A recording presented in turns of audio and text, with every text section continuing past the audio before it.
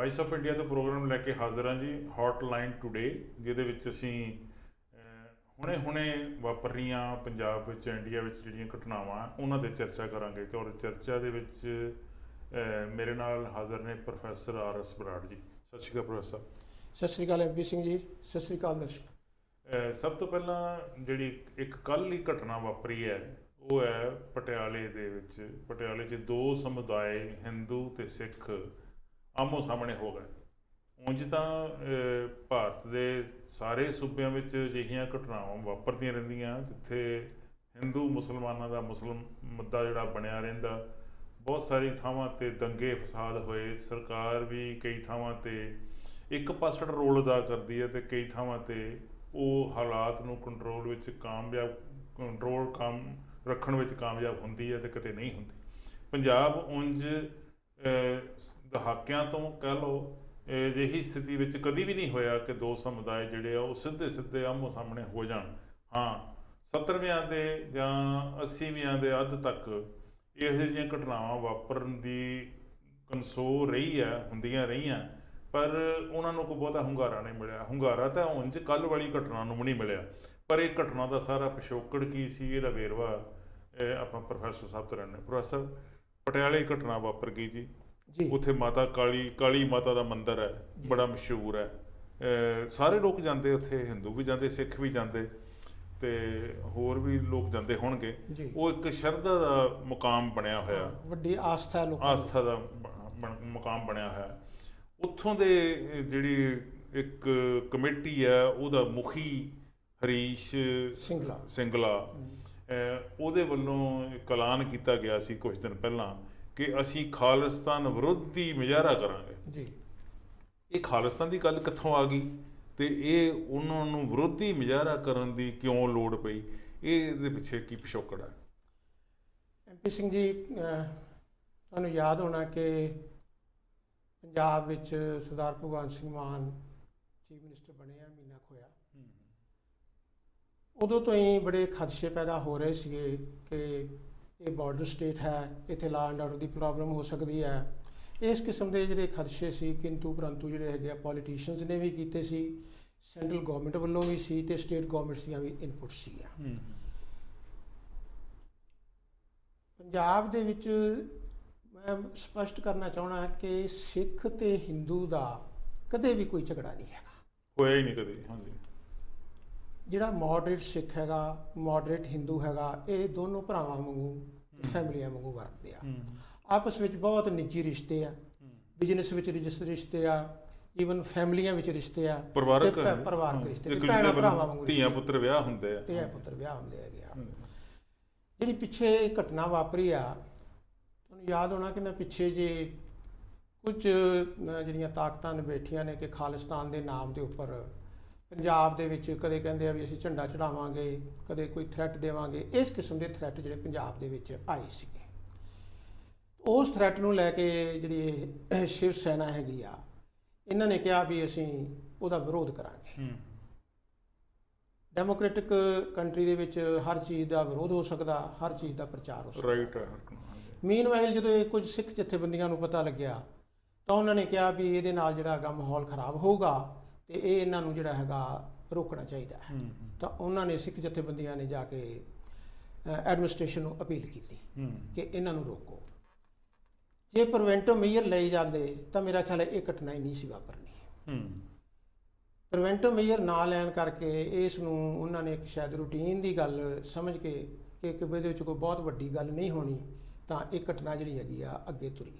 Preventive major government ਨੇ ਲੈਣਾ? ਹਾਂ, ਗੌਰਮੈਂਟ ਨੇ ਲੈਣਾ ਸੀ, ਕਿਉਂਕਿ ਜਦੋਂ ਇਨਪੁਟ ਸੀ, ਜਦੋਂ ਜਥੇਬੰਦੀਆਂ ਕਹਿ ਰਹੀਆਂ ਸੀਗੀਆਂ ਵੀ ਰੌਲਾ ਪੈ ਰਿਹਾ ਗਿਆ, ਇੱਕ ਪਾਸੇ ਖਾਲਿਸਤਾਨ ਪੱਖੀ ਰੌਲਾ ਪਾ ਰਹੇ ਸੀਗੇ, ਦੂਜੇ ਪਾਸੇ ਸਿੱਖ ਜਥੇਬੰਦੀਆਂ ਸੀ ਜਿਹੜੀਆਂ ਕਹਿੰਦੀਆਂ ਸੀਗੀਆਂ ਵੀ ਜੇ ਹਿੰਦੂ ਕਰਨਗੇ ਤਾਂ ਫਿਰ ਅਸੀਂ ਵੀ ਕਰਾਂਗੇ।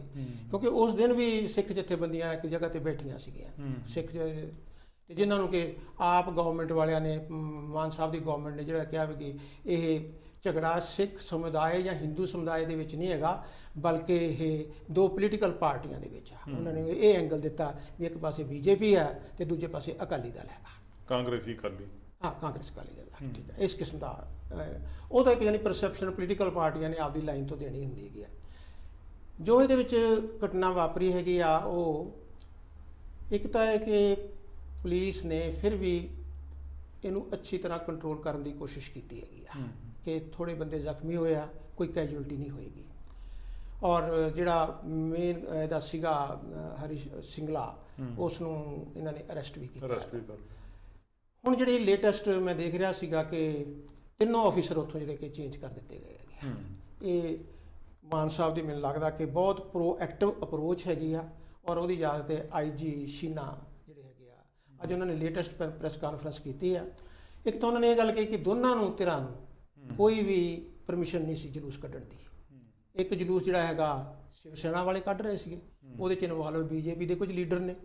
ਦੂਜੇ ਪਾਸੇ ਇੱਕ ਜਲੂਸ ਸੀਗਾ ਗੁਰਦੁਆਰਾ ਸਾਹਿਬ ਤੋਂ ਜਿਹੜਾ ਚੱਲਿਆ ਸੀਗਾ, ਤੇ ਉਹਦਾ ਲੀਡਰ ਵੀ ਕੋਈ ਇੱਕ ਸ਼ਾਇਦ ਪਰਵਾਨਾ ਜਿਹੜਾ ਕਿ ਭੱਜਿਆ ਹੋਇਆ ਹੈਗਾ। ਤਾਂ ਇਹ ਨਾ 2 ਐਕਸਟ੍ਰੀਮਿਸਟ ਗਰੁੱਪ ਨੇ, ਕਿਉਂਕਿ ਜੋ ਵਿਜ਼ੂਅਲਸ ਆ ਰਹੇ ਸੀਗੇ ਉਹਦੇ ਉੱਪਰ ਸੀਗਾ ਕਿ ਫੋਟੋਆਂ ਲਾ ਕੇ ਖਾਲਿਸਤਾਨ ਦੇ ਨਾਅਰੇ ਲਾਏ ਗਏ ਆ। ਉਧਰੋਂ ਉਹਨਾਂ ਨੇ ਆਪਦੇ ਵੱਲੋਂ ਪੰਜਾਬ ਬੰਦ ਦੀ ਕਾਲ ਦਿੱਤੀ ਹੋਈ ਹੈਗੀ ਆ। ਤਾਂ ਜਿਹੜੇ ਐਕਸਟ੍ਰੀਮਿਸਟ ਗਰੁੱਪ ਹੁੰਦੇ ਨੇ ਨਾ, ਪੁਲਿਸ ਨੂੰ ਪ੍ਰੀਵੈਂਟਿਵ ਮੇਜਰ ਲੈਣੇ ਚਾਹੀਦੇ ਆ। ਤੇ ਜੇ ਲੱਗਦਾ ਹੈ ਕਿ ਵੀ 4 ਬੰਦੇ ਅੰਦਰ ਦੇ ਕੇ ਪੰਜਾਬ ਦੀ ਸ਼ਾਂਤੀ ਰਹਿੰਦੀ ਹੈਗੀ ਆ, ਤੇ 4 ਬੰਦੇ ਨੂੰ ਅੰਦਰ ਦੇ ਦੇਣਾ ਚਾਹੀਦਾ, ਕਰ ਦੇਣਾ ਚਾਹੀਦਾ ਸੀਗਾ। ਤਾਂ ਮੈਨੂੰ ਲੱਗਦਾ ਕਿ ਪੁਲਿਸ ਦੀ ਇੱਥੇ ਇੱਕ ਫੇਲਿਅਰ ਹੋਈ ਹੈਗੀ ਹੈ, ਲਾਅ ਐਂਡ ਆਰਡਰ ਦੀ ਜਿਹੜੀ ਹੈਗੀ ਆ। ਇੱਕ ਜਿਹੜੀ ਇਸ ਘਟਨਾ ਦਾ ਜਿਹੜਾ ਇੱਕ ਪਹਿਲੂ ਮੈਂ ਚਾਹੁੰਦਾ ਉਹਦੇ 'ਤੇ ਵੀ ਤੁਸੀਂ ਆਪਣੇ ਵਿਚਾਰ ਜੋ ਟਿੱਪਣੀ ਦਿਓ, ਉਹ ਇਹ ਹੈ ਜੀ ਕਿ ਸਥਾਨਕ ਲੋਕਾਂ ਨੇ ਜਾਂ ਆਮ ਲੋਕਾਂ ਨੇ ਦੋਨਾਂ ਨੂੰ ਸਪੋਰਟ ਨਹੀਂ ਕੀਤੀ। ਹੁਣ ਹਰੀਸ਼ ਸਿੰਗਲਾ ਨੂੰ ਉਹਦੀ ਗਰੁੱਪ ਨੇ ਜਾਂ ਉਹਦੀ ਪਾਰਟੀ ਨੇ ਕੱਢ ਦਿੱਤਾ ਉਹਨਾਂ ਨੂੰ, ਬਿਲਕੁਲ ਕੱਢ ਦਿੱਤਾ। ਉਹਦੀ ਛਿੱਤਰ ਪਰੇਡ ਵੀ ਕੀਤੀ, ਉਹਦੀ ਗੱਡੀ ਵੀ ਭੰਨੀ, ਉਹਨੂੰ ਪਾਰਟੀ 'ਚ ਵੀ ਕੱਢਤਾ, ਬਿਲਕੁਲ ਠੀਕ ਹੈ ਜੀ। ਦੂਸਰੇ ਪਾਸੇ ਉਹ ਪਰਵਾਨਾ ਸਾਹਿਬ ਦੀ ਜਿਹੜੀ ਗੱਲ ਹੈ, ਉਹਨਾਂ ਨੂੰ ਵੀ ਆਮ ਲੋਕਾਂ ਦੀ ਕੋਈ ਸਪੋਰਟ ਨਹੀਂ ਮਿਲੀ।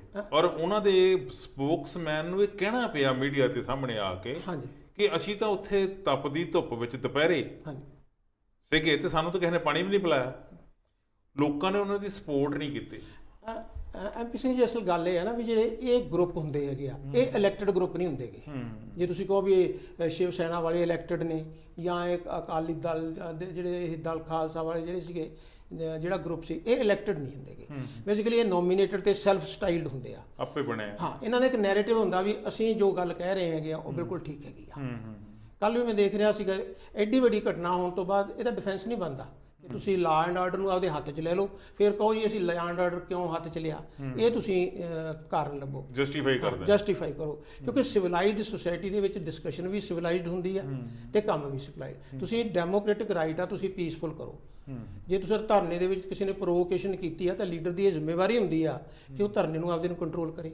ਜੇ ਆਪਦੇ ਤੁਸੀਂ ਕੇਡਰ ਨੂੰ ਕੰਟਰੋਲ ਨਹੀਂ ਕਰਦੇ, ਕੇਡਰ ਉੱਥੋਂ ਭੱਜ ਪੈਂਦਾ, ਕੋਈ ਡੰਡੇ ਚੱਕਦਾ, ਕੋਈ ਕਿਰਪਾਨਾਂ ਚੱਕਦਾ, ਦੂਜੇ ਪਾਸੇ ਕੋਈ ਤਰਸੂਲਾਂ ਚੱਕਦਾ, ਜੇ ਤੁਸੀਂ ਆਪਦੇ ਕੇਡਰ ਨੂੰ ਕੰਟਰੋਲ ਨਹੀਂ ਕਰ ਸਕਦੇ ਤਾਂ ਤੁਸੀਂ 100% ਰਿਸਪੌਂਸੀਬਲ ਹੈ। ਤਾਂ ਪੁਲਿਸ ਨੂੰ ਮੈਨੂੰ ਲੱਗਦਾ ਕਿ ਜਿੰਨੀ ਵੀ ਇਹ ਲੀਡਰਸ਼ਿਪ ਹੈ ਦੋਨੋਂ ਧਿਰਾਂ ਦੇ ਵਿੱਚ ਜਿਹੜੀ ਇਨਵੋਲਵ ਹੈਗੀ ਆ, ਇਹਨਾਂ ਨੂੰ ਕਾਨੂੰਨ ਮੁਤਾਬਕ ਜਿਹੜਾ ਹੈਗਾ ਉਹ ਪੱਖ ਜਿਹੜਾ ਮੈਂ ਹਾਈਲਾਈਟ ਕਰਨ ਦੀ ਕੋਸ਼ਿਸ਼ ਕੀਤੀ ਕਿ ਆਮ ਲੋਕਾਂ ਨੇ ਸਾਥ ਨਹੀਂ ਦਿੱਤਾ। ਕਿਉਂਕਿ ਜੇ ਇਲੈਕਟਡ ਨਹੀਂ ਨਾ ਹੈਗੇ, ਆਮ ਲੋਕ ਤਾਂ ਇਲੈਕਟਡ ਬੰਦੇ ਦੀ ਸਪੋਰਟ ਕਰਨਗੇ ਕਿਉਂਕਿ ਉਹਨਾਂ ਨੇ ਚੁਣਿਆ ਹੁੰਦਾ। ਨਹੀਂ, ਇਮੋਸ਼ਨਲ ਤੇ ਵੈਸੇ ਹੋ ਜਾਂਦੇ ਇਹੋ ਜਿਹੇ ਜਦੋਂ ਸਲੋਗਨ ਦਿੱਤਾ ਜਾਵੇ। ਨਹੀਂ, ਲੋਕ ਹੁਣ ਨਹੀਂ ਅੱਗੇ ਨਾ ਬਹੁਤ ਸਿਆਣੇ ਹੋਣੇ ਸੀ, ਸਿਆਣੇ ਹੋ ਗਏ ਆ, ਲੇਕਿਨ ਅਸੀਂ ਆਪਦੇ ਬੱਚੇ ਕਿਉਂ ਮਰਵਾਉਣੇ ਜਾ ਕੇ। ਇਹ ਤੁਹਾਡੀ ਗੱਲ ਬਿਲਕੁਲ ਠੀਕ ਹੈ। ਇਹਦੇ ਨਾਲ ਜੁੜਦੀ ਗੱਲ ਮੈਂ ਹੋਰ ਮੇਰਾ ਕੁਐਸਚਨ ਇੱਕ ਉੱਭਰਿਆ, ਉਹ ਇਹ ਹੈ ਕਿ ਲੋਕ ਤਾਂ ਸਿਆਣੇ ਹੋ ਗਏ ਪਰ ਰਾਜਨੀਤਿਕ ਲੋਕ ਉਹਨਾਂ ਨੂੰ ਅਜੇ ਵੀ ਕਮਲੇ ਸਮਝਦੇ। ਰਾਘਵ ਚੱਡਾ ਦਾ ਬਿਆਨ, ਰਾਘਵ ਚੱਡਾ ਮੈਂਬਰ ਪਾਰਲੀਮੈਂਟ ਇਸ ਵੇਲੇ ਰਾਜ ਸਭਾ ਵਿੱਚ ਪੰਜਾਬ ਵੱਲੋਂ ਗਿਆ, ਉਹ ਕਹਿੰਦਾ ਜੀ ਕਿ ਅਸੀਂ ਇਹ ਗੱਲ ਬਰਦਾਸ਼ਤ ਨਹੀਂ ਕਰਾਂਗੇ ਕਿ ਅਕਾਲੀ ਤੇ BJP ਤੇ ਕਾਂਗਰਸ ਪੰਜਾਬ ਦੇ ਮਾਹੌਲ ਨੂੰ ਖਰਾਬ ਕਰ ਰਹੇ ਹੈਗੇ ਆ ਤੇ ਅਸੀਂ ਤਾਂ ਕਿਸੇ ਨੂੰ ਵੀ ਸਪੇਅਰ ਨਹੀਂ ਕਰਾਂਗੇ। ਰਾਘਵ ਚੱਡਾ ਦਾ ਇਸ ਤਰੀਕੇ ਦਾ ਬਿਆਨ ਦੇਣਾ ਇਹ ਕੀ ਦਰਸਾਉਂਦਾ ਜੀ? ਦੇਖੋ, ਮੈਨੂੰ ਇਉਂ ਲੱਗਦਾ ਕਿ ਜਿਹੜੀਆਂ ਗਰਾਊਂਡ ਰਿਐਲਿਟੀਜ਼ ਹੁੰਦੀਆਂ ਹੈਗੀਆਂ ਨਾ, ਉਹ ਇੱਕ ਪੋਲੀਟੀਕਲ ਪਰਸੈਪਸ਼ਨ ਨਾਲੋਂ ਵੱਖਰੀਆਂ ਹੁੰਦੀਆਂ ਹੈਗੀਆਂ ਨੇ। ਜੇ ਤਾਂ ਉਹ ਗੱਲ ਕਹਿਣ ਵੀ ਅਸੀਂ ਰੂਲ ਆਫ ਲਾਅ ਐਸਟੈਬਲਿਸ਼ ਕਰਾਂਗੇ ਤੇ ਜਿੰਨੇ ਵੀ ਜਿਹੜੇ ਕਸੂਰਵਾਰ ਹੈਗੇ ਸੀ ਉਹਨਾਂ ਨੂੰ ਇੱਕ ਪਿੰਨ ਪੁਆਇੰਟ ਕਰਕੇ ਨਾਂ ਲੈ ਕੇ ਕਿਉਂਕਿ ਜ਼ਰੂਰੀ ਨਹੀਂ ਕਿ ਅਕਾਲੀ ਦਲ ਦੇ ਹੋਣ, ਉਹ ਹੋਰ ਐਲੀਮੈਂਟਸ ਵੀ ਹੋ ਸਕਦੇ ਆ। ਉਧਰ ਜ਼ਰੂਰ ਨਹੀਂ ਇਕੱਲੇ ਸ਼ਿਵ ਸੈਨਾ ਦੇ, ਜੇ ਉਹ ਅਕਾਲੀ ਦਲ ਦੇ ਹੁੰਦੇ ਤਾਂ ਅਕਾਲੀ ਦਲ ਸਪੋਰਟ ਤੇ ਹੁੰਦਾ। ਤੇ ਦੂਜੇ ਪਾਸੇ ਵੀ ਜੇ ਸ਼ਿਵ ਸੈਨਾ ਵਾਲੇ ਦੇ ਵਿੱਚ ਵੀ ਹੋਰ ਐਲੀਮੈਂਟ ਆਏ ਹੋਣਗੇ। ਬੇਸਿਕਲੀ ਕੀ ਗੱਲ ਜੋ ਸਟੈਂਡ ਲੈਣਾ ਬਣਦਾ ਪੋਲੀਟੀਕਲ ਪਾਰਟੀਆਂ ਦਾ, ਕਿਉਂਕਿ ਇਹ law and order the problem ਹੈਗੀ ਆ ਕਿ ਰੂਲ ਆਫ ਲਾਅ ਐਸਟੈਬਲਿਸ਼ ਕਰੋ, ਕੋਈ ਵੀ ਬੰਦਾ ਜਿਹਨੇ ਕਾਨੂੰਨ ਨੂੰ ਆਪਣੇ ਹੱਥ ਵਿੱਚ ਲਿਆ ਹੈਗਾ ਉਹਨੂੰ ਕਾਨੂੰਨ ਮੁਤਾਬਕ ਡਸਨਟ ਮੈਟਰ ਦੀ ਬੈਕਗ੍ਰਾਉਂਡ ਕੀ ਉਹਦੀ ਬੈਕਗ੍ਰਾਉਂਡ ਕੀ ਹੈ। ਇੱਥੇ ਬੈਕਗ੍ਰਾਉਂਡ ਨੂੰ ਐਨਾਲਿਸਿਸ ਕਰਨ ਦਾ ਮਸਲਾ ਨਹੀਂ ਹੈਗਾ। ਇਹ ਤਾਂ ਮਤਲਬ ਇੱਕ ਕਿਸਮ ਤੇ ਨਾ ਆਪਦੇ ਇੱਕ ਲੱਗਦਾ ਨਾ ਪੋਲੀਟੀਕਲ ਵੈਂਡੇਟਾ ਦੀ ਗੱਲ ਹੈ ਬਿਲਕੁਲ ਵੀ ਤੁਸੀਂ ਆਮ ਆਦਮੀ ਪਾਰਟੀ 'ਚ ਹੈਗੇ ਤਾਂ ਸਾਨੂੰ ਬਾਕੀ ਪਾਰਟੀਆਂ ਜਿਹੜੀਆਂ ਉਹ ਝਗੜਾਲੂ ਮਹਿਸੂਸ ਹੁੰਦੀਆਂ, ਉਹ ਸਮਝਦੇ ਉਹ ਇਹ ਕਹਿਣਾ ਚਾਹੁੰਦੇ ਆ ਕਿ ਇਹ ਜਿਹੜੀਆਂ ਬਾਕੀ ਰਾਜਨੀਤਿਕ ਪਾਰਟੀਆਂ ਹੈਗੀਆਂ ਇਹ ਭਗਵੰਤ ਮਾਨ ਦੀ ਜਿਹੜੀ ਆਮ ਆਦਮੀ ਪਾਰਟੀ ਦੀ ਸਰਕਾਰ ਆ ਉਹਨੂੰ ਕਮਜ਼ੋਰ ਕਰਨ ਲਈ ਜਾਂ ਉਹਨੂੰ ਬਦਨਾਮ ਕਰਨ ਦੇ ਲਈ ਕੋਸ਼ਿਸ਼ ਨਹੀਂ, ਮੈਂ ਦੇਖਿਆ ਮਾਨ ਸਾਹਿਬ ਦਾ ਜਿਹੜਾ ਬਿਆਨ ਆ ਬੜਾ ਕੰਸੀਡਰਡ ਹੈ। ਉਹਨਾਂ ਨੇ ਕਿ ਕਿਸੇ ਨੂੰ ਵੀ ਸਪੇਅਰ ਨਹੀਂ ਕੀਤਾ ਜਾਊਗਾ। ਹਾਂ ਬਿਲਕੁਲ ਠੀਕ। ਤੇ ਜਦੋਂ ਹੁਣ ਸ਼ੀਨਾ ਸਾਹਿਬ ਲਾਏ ਨੇ ਤਾਂ ਉਹਨਾਂ ਨੇ ਕਿਹਾ ਹੈਗਾ ਕਿ ਮੈਂ ਦੋਨਾਂ ਧਿਰਾਂ ਨੂੰ ਪਰਮਿਸ਼ਨ ਨਹੀਂ ਹੈਗੀ ਤੇ ਦੋਨਾਂ ਧਿਰਾਂ ਦੇ ਬੰਦੇ 23 ਬੰਦੇ ਆਇਡੈਂਟੀਫਾਈ ਕਰ ਲਏ ਹੈਗੇ ਆ। ਜੇ ਇਸ ਤਰ੍ਹਾਂ ਪ੍ਰੋਐਕਟਿਵ ਕਰਨਗੇ ਤਾਂ ਪੰਜਾਬ ਦੇ ਵਿੱਚ ਕੋਈ ਜ਼ਰੂਰਤ ਨਹੀਂ ਕਰੂਗਾ। ਨਾਰਮਲੀ ਜ਼ਰੂਰਤ ਉਦੋਂ ਹੀ ਹੁੰਦੀ ਹੈ ਜਦੋਂ ਪੋਲੀਟੀਕਲ ਪਾਰਟੀਆਂ ਸਪੋਰਟ ਕਰਦੇ। ਇੱਥੇ ਸਪੋਰਟ ਮੇਰਾ ਕੀਤੀ ਨਹੀਂ, ਇੱਥੇ ਪੋਲੀਟੀਕਲ ਪਾਰਟੀਆਂ ਨੇ ਸਾਰੀਆਂ ਪੋਲੀਟੀਕਲ ਪਾਰਟੀਆਂ ਨੇ ਜਿਹਦੀ ਖੇਦੀ ਕੀਤੀ। ਬਿਲਕੁਲ ਰਾਘਵ ਚੱਡਾ ਦਾ ਬਿਆਨ ਇਸ ਤਰੀਕੇ ਨਾਲ ਦੇਣਾ ਵੀ ਜਿਹੜਾ ਉਹ ਇੱਕ ਉਹਨਾਂ ਦਾ ਪੋਲੀਟੀਕਲ ਬਿਆਨ ਹੈਗਾ। ਉਹਨਾਂ ਨੂੰ ਮੈਨੂੰ ਤਾਂ ਬਚਪਨ ਲੱਗਦਾ ਕਿ ਐਵੇਂ ਤੁਸੀਂ ਰਾਜ ਸਭਾ 'ਚ ਬੈਠੇ ਤੇ ਉੱਥੇ ਬੈਠੇ ਤੇ ਉੱਥੋਂ ਦੀਆਂ ਗੱਲਾਂ ਕਰੀ ਚੱਲੋ। ਉਹ ਇਹਨਾਂ ਦੇ ਸਪੋਕਸਪਰਸਨ ਨੇ ਨਾ, ਇਸ ਕਰਕੇ ਉਹਨਾਂ ਨੇ ਬਿਆਨ ਦਿੱਤਾ ਹੈ। ਨਹੀਂ, ਉਹਨੂੰ ਲੱਗਦਾ ਕਿ ਮਤਲਬ ਜੋ ਮੈਂ ਕਹੂੰ ਭਗਵੰਤ ਮਾਨ ਨੂੰ ਅੱਗੇ ਜੋ ਮੈਂ ਚੁੰਡੀ ਵੱਢ ਕੇ ਕਹਿੰਦਾ ਸੀਗਾ ਸ਼ਾਇਦ ਉਹ ਹੁਣ ਭਗਵੰਤ ਮਾਨ ਵੀ ਉਸੇ ਗੱਲ ਤੇ ਆ ਜਾਊ। ਭਗਵੰਤ ਮਾਨ ਨੇ ਅਕਲ ਕੀਤੀ, ਸਿਆਣਪ ਕੀਤੀ, ਉਹਨੇ ਰਾਘਵ ਚੱਡਾ ਦੇ ਬਿਆਨ ਨੂੰ ਦੁਹਰਾਇਆ ਨਹੀਂ। ਇਹ ਉਹਨਾਂ ਦਾ ਪਹਿਲਾ ਟੈਸਟ ਹੈ ਲਾਅ ਐਂਡ ਆਰਡਰ ਦਾ, ਔਰ ਇਹਦੇ ਉੱਪਰ ਉਹਨਾਂ ਨੇ ਜਿਸ ਢੰਗ ਦੇ ਨਾਲ ਪ੍ਰੋਐਕਟਿਵਲੀ ਆਫੀਸਰ ਦੀ ਟ੍ਰਾਂਸਫਰ ਕੀਤੀ ਆ। ਨਹੀਂ, DIG ਲੈਵਲ ਤੇ SSP ਲੈਵਲ ਤੇ ਬੜੇ ਕੰਪੀਟੈਂਟ ਆਫੀਸਰ ਸੀ ਦੋਨੇ, ਉਹਨਾਂ ਨੂੰ ਪਾਸੇ ਕਰਨਾ, ਉਹਨਾਂ ਦੀ ਜਗ੍ਹਾ ਨਵੇਂ ਲਾਉਣਾ, this is the rate of the government. ਉਹਨਾਂ ਬਾਰੇ ਦੋਨਾਂ ਅਫਸਰਾਂ ਬਾਰੇ ਪਹਿਲਾਂ ਕਿਹਾ ਜਾਂਦਾ ਸੀ ਕਿ ਬੜੇ ਕੰਪੀਟੈਂਟ ਹੈਗੇ ਆ ਔਰ ਇਹਨਾਂ ਦੇ ਹੁੰਦਿਆਂ ਕੋਈ ਦਿੱਕਤ ਨਹੀਂ ਆ ਸਕਦੀ ਔਰ ਪਟਿਆਲਾ ਨੂੰ ਇਹ ਬਹੁਤ ਅੱਗੇ ਲੈ ਜਾਣਗੇ। ਉਹ ਗੱਲ ਫੇਲਰ ਹੋ ਗਈ। ਹਾਂਜੀ, ਬਿਲਕੁਲ ਫੇਲਰ ਹੋਈ ਹੈਗੀ ਆ। ਔਰ ਇਹ ਇੱਕ ਲੈਸਨ ਵੀ ਹੈ ਗਵਰਨਮੈਂਟ ਵਾਸਤੇ। ਹਜੇ ਤਾਂ ਮਹੀਨਾ ਹੀ ਹੋਇਆ, 5 ਸਾਲ ਕੱਢਣੇ ਨੇ ਤੇ ਇਹੋ ਜਿਹੀ ਘਟਨਾ ਨਾ ਵਾਪਰੇ। ਉਹਨਾਂ ਨੂੰ ਆਪਦੀਆਂ ਇੰਟੈਲੀਜੈਂਸ ਏਜੰਸੀ ਜਿਹੜੀਆਂ ਹੈਗੀਆਂ ਨੇ ਉਹਨਾਂ ਨੂੰ ਬਿਲਕੁਲ ਸਤਰਕ ਕਰਨਾ ਚਾਹੀਦਾ। ਤੇ ਜਦੋਂ ਵੀ ਇਨਪੁਟ ਆਉਂਦੀ ਹੈ, ਜੇ ਕੋਈ ਵੀ ਬੰਦਾ ਖਤਰੇ ਵਾਲਾ ਹੈਗਾ ਉਹਨੂੰ ਚੱਕ ਕੇ ਅੰਦਰ ਦੇ ਦੇਣਾ ਚਾਹੀਦਾ। ਗੱਲ ਖਤਮ ਹੋ ਜੂ। ਪੰਜਾਬ ਦੀ ਸਰਕਾਰ ਦੇ ਸਾਹਮਣੇ ਬਹੁਤ ਵੱਡੀਆਂ ਚੁਣੌਤੀਆਂ ਜੀ। ਸਭ ਤੋਂ ਵੱਡੀ ਚੁਣੌਤੀ ਅੱਜ ਕੱਲ੍ਹ ਜਿਹੜੀ ਚੱਲਦੀ ਪਈ ਆ ਉਹ ਹੈਗੀ ਆ ਕਿ ਬਿਜਲੀ ਸੰਕਟ ਹੈ। ਬਿਜਲੀ ਬਾਰੇ ਕਿਹਾ ਜਾਂਦਾ ਸੀਗਾ ਕਿ ਜਿਹੜੇ ਪਹਿਲਾਂ ਸਮਝੌਤੇ ਹੈਗੇ ਆ ਉਹ ਰੱਦ ਕਰਤੇ ਜਾਣਗੇ ਕਿਉਂਕਿ ਸਮਝੌਤੇ ਠੀਕ ਹੀ ਨਹੀਂ ਸੀ। ਚੰਨੀ ਸਾਹਿਬ ਵੀ ਕਹਿੰਦੇ ਸੀਗੇ, ਕੈਪਟਨ ਸਾਹਿਬ ਵੀ ਕਹਿੰਦੇ ਸੀਗੇ, ਪਰ ਨਾਲ ਦੀ ਨਾਲ ਇਹ ਵੀ ਕੈਪਟਨ ਸਾਹਿਬ ਨੇ ਕਹਿ ਦਿੱਤਾ ਕਿ ਸਮਝੌਤੇ ਇਸ ਤਰੀਕੇ ਦੇ ਕੀਤੇ ਗਏ ਆ ਇਹ ਰੱਦ ਹੋਣੇ ਨਹੀਂ। ਚੰਨੀ ਸਾਹਿਬ ਨੇ ਵੀ ਕਿਹਾ ਸੀਗਾ ਪਰ ਉਹਨਾਂ ਕੋਲ ਵੀ ਨਹੀਂ ਹੋਏ। ਇਹਨਾਂ ਨੇ ਆਮ ਆਦਮੀ ਪਾਰਟੀ ਨੇ ਪਹਿਲਾਂ ਕਿਹਾ ਕਿ ਇਹ ਸਮਝੌਤੇ ਇਸ ਤਰੀਕੇ ਦੇ ਕੀਤੇ ਗਏ ਆ, ਅਸੀਂ ਇਹਨਾਂ ਨੂੰ ਨਹੀਂ ਮੰਨਾਂਗੇ। ਇਹਨਾਂ ਨੇ ਵੀ ਉੱਧਰੋਂ ਕੋਈ ਅਜੇ ਕਹਿ ਲਓ ਵੀ ਪੂਣੀ ਨਹੀਂ ਕੱਤੀ ਤੇ ਹਾਲਾਤ ਇਹ ਬਣ ਗਏ ਕਿ ਪੰਜਾਬ ਵਿੱਚ ਬਿਜਲੀ ਸੰਕਟ ਜਿਹੜਾ ਬੜਾ ਡੂੰਘਾ ਹੋ ਗਿਆ। ਆਮ ਲੋਕ ਘਰਾਂ 'ਚ ਬਿਜਲੀ ਜਿਹੜੀ ਆ ਉਹ 2-3 ਘੰਟਿਆਂ ਤੋਂ ਵੱਧ ਆਉਂਦੀ ਹੀ ਨਹੀਂ। ਉਹ ਆਮ ਲੋਕਾਂ ਦੀ ਗੱਲ ਵੀ ਹੈ ਤੇ ਕਿਸਾਨੀ ਦੀ ਗੱਲ ਵੀ ਹੈ ਜੀ। ਕਿਸਾਨੀ ਨੂੰ ਚਾਹੀਦੀ ਹੈਗੀ ਆ ਬਿਜਲੀ ਖੇਤੀ ਕਰਨ ਵਾਸਤੇ, ਅਗਲੀਰੀ ਪੈਡੀ ਦੀ ਜਿਹੜੀ ਆ ਫਾਰਮਿੰਗ ਆ ਉਹਦੇ ਲਈ ਪਾਣੀ ਦੀ ਬਹੁਤ ਲੋੜ ਆ, ਪਾਣੀ ਕੱਢਣ ਵਾਸਤੇ ਬਿਜਲੀ ਦੀ ਬਹੁਤ ਲੋੜ ਆ। ਇਹ ਸੰਕਟ ਜਿਹੜਾ ਇਹਨੂੰ ਕਿੱਦਾਂ ਹੈਂਡਲ ਕੀਤਾ ਜਾ ਰਿਹਾ ਜਾਂ ਕੀਤਾ ਕਰਨਾ ਚਾਹੀਦਾ? ਦੇਖੋ, ਜਦੋਂ ਨਾ ਮਾਰਚ ਸਰਕਾਰ ਬਣੀ ਸੀਗੀ ਉਦੋਂ ਵੀ ਆਪਾਂ ਇਹ ਗੱਲ ਕੀਤੀ ਸੀ ਬਿਜਲੀ ਦੀ ਵੀ ਜਦੋਂ ਤੁਸੀਂ ਸਰਕਾਰ ਬਣਾਉਣੀ ਹੁੰਦੀ ਆ, ਇਲੈਕਸ਼ਨਾਂ ਲੜਨੀਆਂ ਹੁੰਦੀਆਂ, ਉਦੋਂ ਤੁਸੀਂ ਬਹੁਤ ਗੱਲਾਂ ਕਰਦੇ ਹੋ। ਜਦੋਂ ਫਾਈਲਾਂ ਤੁਹਾਡੇ ਮੂਹਰੇ ਆਉਂਦੀਆਂ ਹੈਗੀਆਂ ਨੇ ਫਿਰ ਤੁਹਾਡੇ ਹੱਥ ਜਿਹੜੇ ਅਸਲੀਅਤ ਪਤਾ ਲੱਗਦੀ ਹੈ। ਮੈਂ ਉਦੋਂ ਵੀ ਜ਼ਿਕਰ ਕੀਤਾ ਸੀ ਕਿ 1 ਸਾਲ ਇਹਨਾਂ ਨੂੰ ਉਹ ਸਾਰੀਆਂ ਪ੍ਰੋਬਲਮਸ ਆਉਣੀਆਂ ਜਿਹੜੀਆਂ ਕਿ ਪਿਛਲੀ ਗਵਰਨਮੈਂਟ ਨੂੰ ਆਈਆਂ ਸੀ।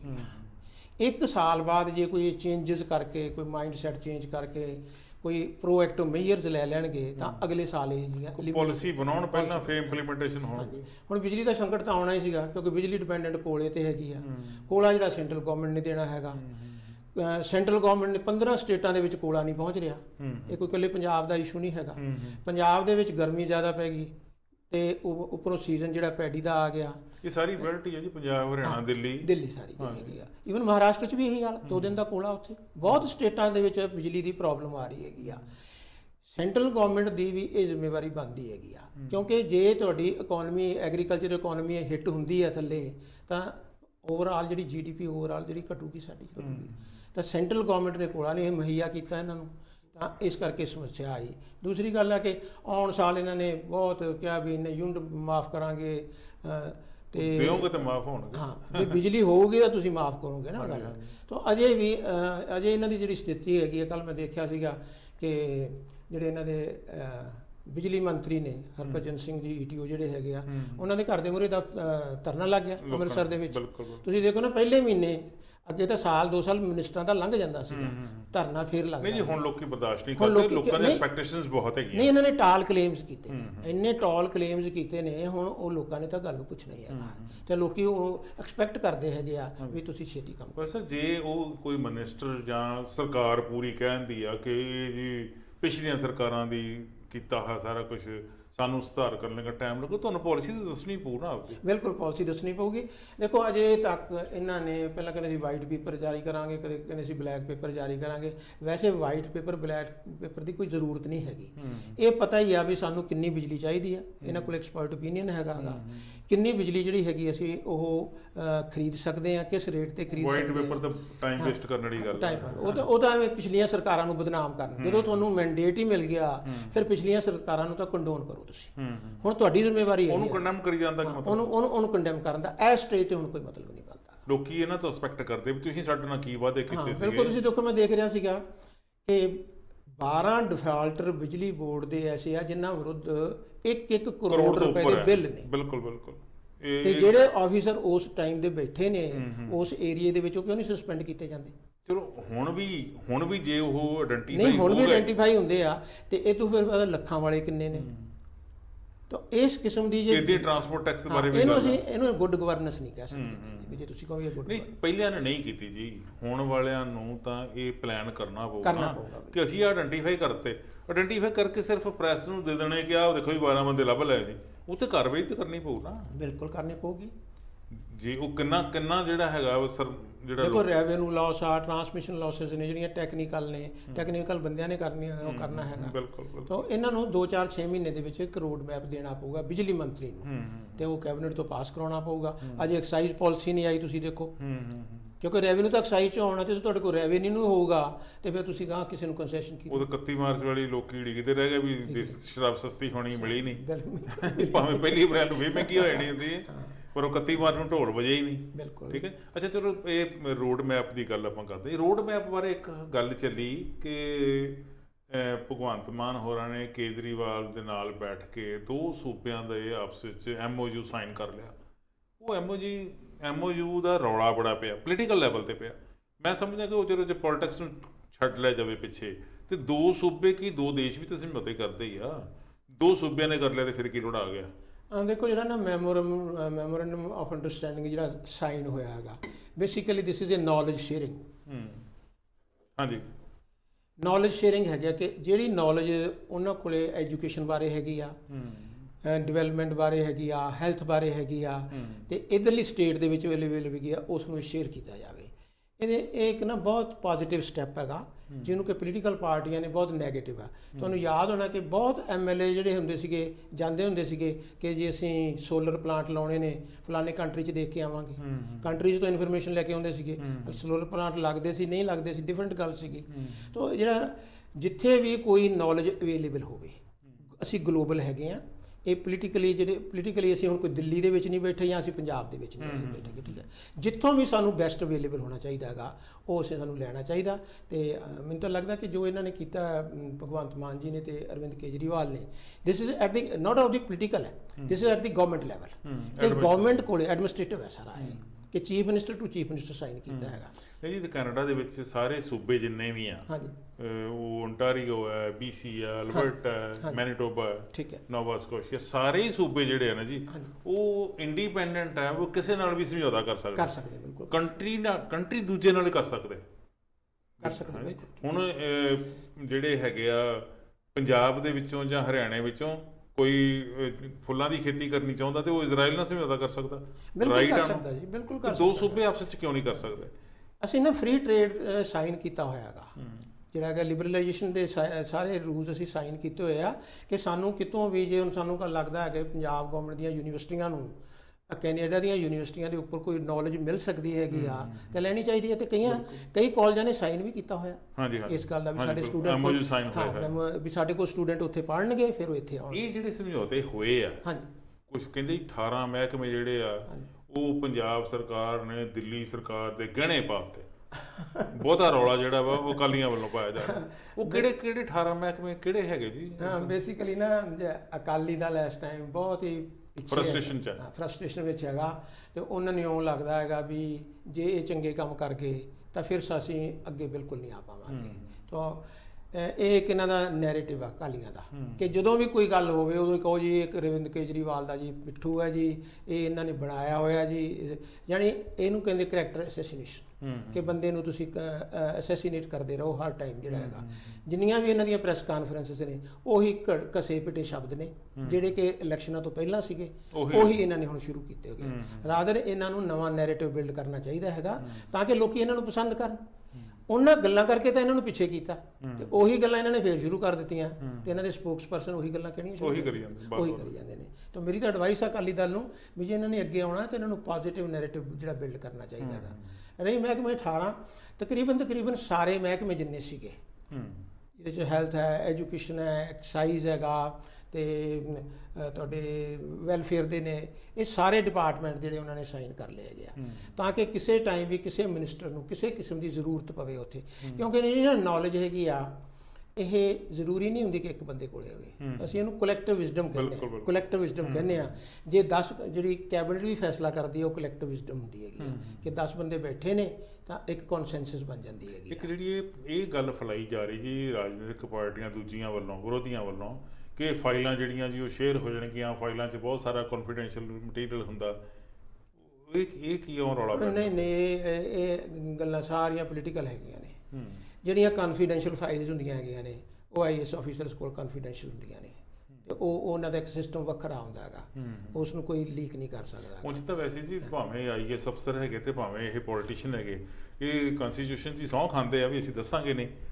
ਜੇ ਐਂਟੀ ਸਟੇਟ ਜਾਊਗੀ ਗੱਲ ਕੋਈ ਐਸੀ ਵੇਖੋ ਐਸੀ ਕੌਨਫੀਡੈਂਸ਼ੀਅਲ ਜਿਹੜੀਆਂ ਫਾਈਲਸ ਨੇ ਉਹ ਕੋਈ ਬਿਜਲੀ ਨੂੰ ਥੋੜ੍ਹਾ ਰਿਲੇਟ ਕਰਦੀਆਂ ਨੇ ਜਾਂ ਉਹ ਸਕੂਲ ਖੋਲ੍ਹਣਾ ਉਹਨੂੰ ਥੋੜ੍ਹਾ ਰਿਲੇਟ ਕਰਦੀਆਂ ਨੇ, ਉਹ ਰਿਲੇਟ ਕਰਦੀਆਂ ਨੇ ਜਿਹਦੀ ਸਿਕਿਉਰਿਟੀ ਹੈ, ਨੈਸ਼ਨਲ ਸਿਕਿਉਰਿਟੀ ਦੇ ਇਸ਼ੂਜ਼ ਨੇ, ਤੁਹਾਡੇ ਬਾਰਡਰ ਦੇ ਇਸ਼ੂਜ਼ ਨੇ, ਤੇ ਬਾਕੀ ਤਾਂ ਰਾਈਟ ਟੂ ਇਨਫੋਰਮੇਸ਼ਨ ਥੱਲੇ ਤੁਸੀਂ ਜੋ ਮਰਜ਼ੀ ਲੈ ਲਓ। ਅਸੀਂ ਐਕਟ ਪਾਸ ਕੀਤਾ ਹੋਇਆ 2005 ਦੇ ਵਿੱਚ ਕਿ ਰਾਈਟ ਟੂ ਇਨਫੋਰਮੇਸ਼ਨ ਥੱਲੇ ਜਿਹੜੀ ਫਾਈਲ ਅਵੇਲੇਬਲ ਹੈਗੀ ਆ ਤੇ ਜੇ ਉਹਦੇ ਤੇ ਇਨਫੋਰਮੇਸ਼ਨ ਨਹੀਂ ਤਾਂ ਉਹ ਲਿਖਦੇ ਆ ਕਿ ਹਾਂ ਇਹ ਪਬਲਿਕ ਇੰਟਰਸਟ ਵਿੱਚ ਨਹੀਂ ਹੈਗੀ ਤੇ ਇਹ ਪ੍ਰੋਟੈਕਟਡ ਹੈ। ਤਾਂ ਪ੍ਰੋਟੈਕਟਡ ਫਾਈਲ ਨੂੰ ਕੋਈ ਬੰਦਾ ਵੀ ਸ਼ੇਅਰ ਨਹੀਂ ਕਰੂਗਾ, ਨਾ ਉਸ ਗਵਰਨਮੈਂਟ ਦਾ ਕਰੂਗਾ ਨਾ ਇਸ ਗਵਰਨਮੈਂਟ ਦਾ ਕਰੂਗਾ।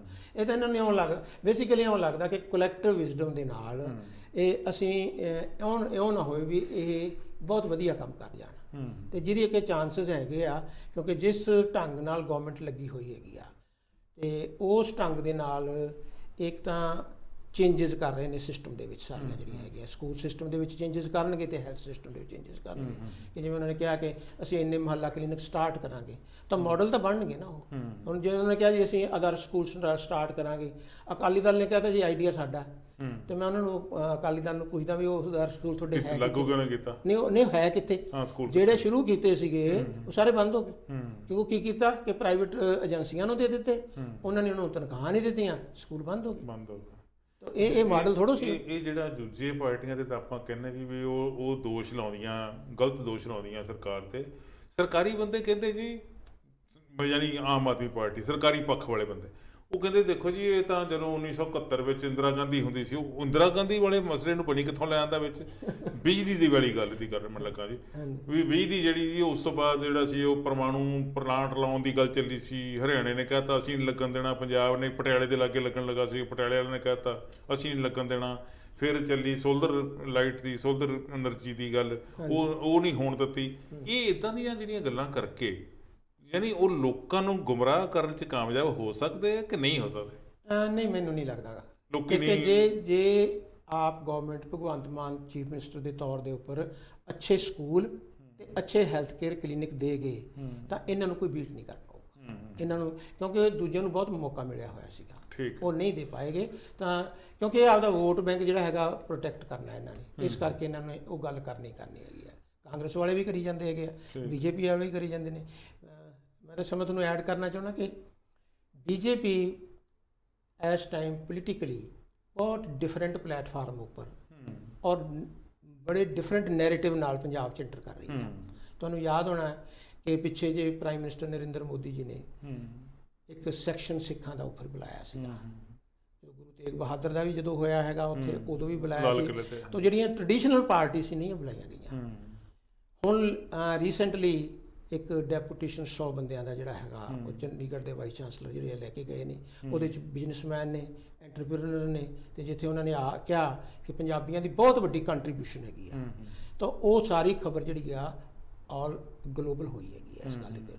ਤਾਂ ਉਹ ਬਿਲਕੁਲ ਡਿਫਰੈਂਟ ਪਲੇਟਫਾਰਮ ਦੇ ਉੱਪਰ ਪੰਜਾਬ ਦੀ ਪੋਲੀਟਿਕਸ ਵਿੱਚ ਐਂਟਰ ਕਰਨ ਜਾ ਰਹੇ ਹੈਗੇ ਨੇ। ਉਹਦੇ ਵਿੱਚ ਅਕਾਲੀ ਦਲ ਨੂੰ ਹੋਰ ਖਤਰਾ ਲੱਗਦਾ, ਕਿਉਂਕਿ ਉਹੀ ਵੋਟ ਬੈਂਕ ਆ ਸਿੱਖਾਂ ਦਾ। ਅਗਰ ਉਹ ਅਕਾਲੀ ਦਲ ਜਿਹੜਾ ਨੁਕਸਾਨ ਹੀ ਅਕਾਲੀ ਦਲ ਨੂੰ, ਕਾਂਗਰਸ ਨੂੰ ਨੁਕਸਾਨ ਨਹੀਂ ਹੈਗਾ। ਕਾਂਗਰਸ ਨੂੰ ਨੁਕਸਾਨ ਹੈ, ਕਾਂਗਰਸ ਦੀ ਤਾਂ ਪੱਕੀ ਵੋਟ ਜਿਹੜੀ ਹੈਗੀ ਆ ਉਹ ਹੈਗੀ। ਹਾਂਜੀ ਹਾਂਜੀ। ਇੱਕ ਇਹਨਾਂ ਦਿਨਾਂ ਦੇ ਵਿੱਚ ਜਿਹੜੀਆਂ ਗੱਲਾਂ ਹੁਣ ਸੀਗੀਆਂ ਵੀ ਪਿੱਛੇ ਲਗਭਗ 1 ਸਾਲ ਕਿਸਾਨਾਂ ਨੇ ਐਜੀਟੇਸ਼ਨ ਲੜੀ, ਔਰ ਐਜੀਟੇਸ਼ਨ ਲੜੀ ਤੇ ਮੁੱਦਾ ਇੱਕੋ ਹੀ ਸੀਗਾ ਕਿ ਜਿਹੜੀਆਂ 3 ਕਾਨੂੰਨ ਹੈਗੇ, 3 ਕਾਨੂੰਨਾਂ ਦੀ ਗੱਲ, ਚੌਥੀ ਗੱਲ ਨਹੀਂ ਸੀ ਪਹਿਲਾਂ ਸ਼ੁਰੂ ਹੋਈ ਵੀ 3 ਕਾਨੂੰਨ ਜਿਹੜੇ ਉਹ ਗਲਤ ਹੈ, ਉਹਨੂੰ ਵਾਪਸ ਲਿਆ ਜਾਵੇ। ਉੱਦਾਂ ਉੱਥੇ ਦਿੱਲੀ ਜਾ ਕੇ ਨਾਲ ਹੋਰ ਮੰਗਾਂ ਜੁੜ ਗਈਆਂ।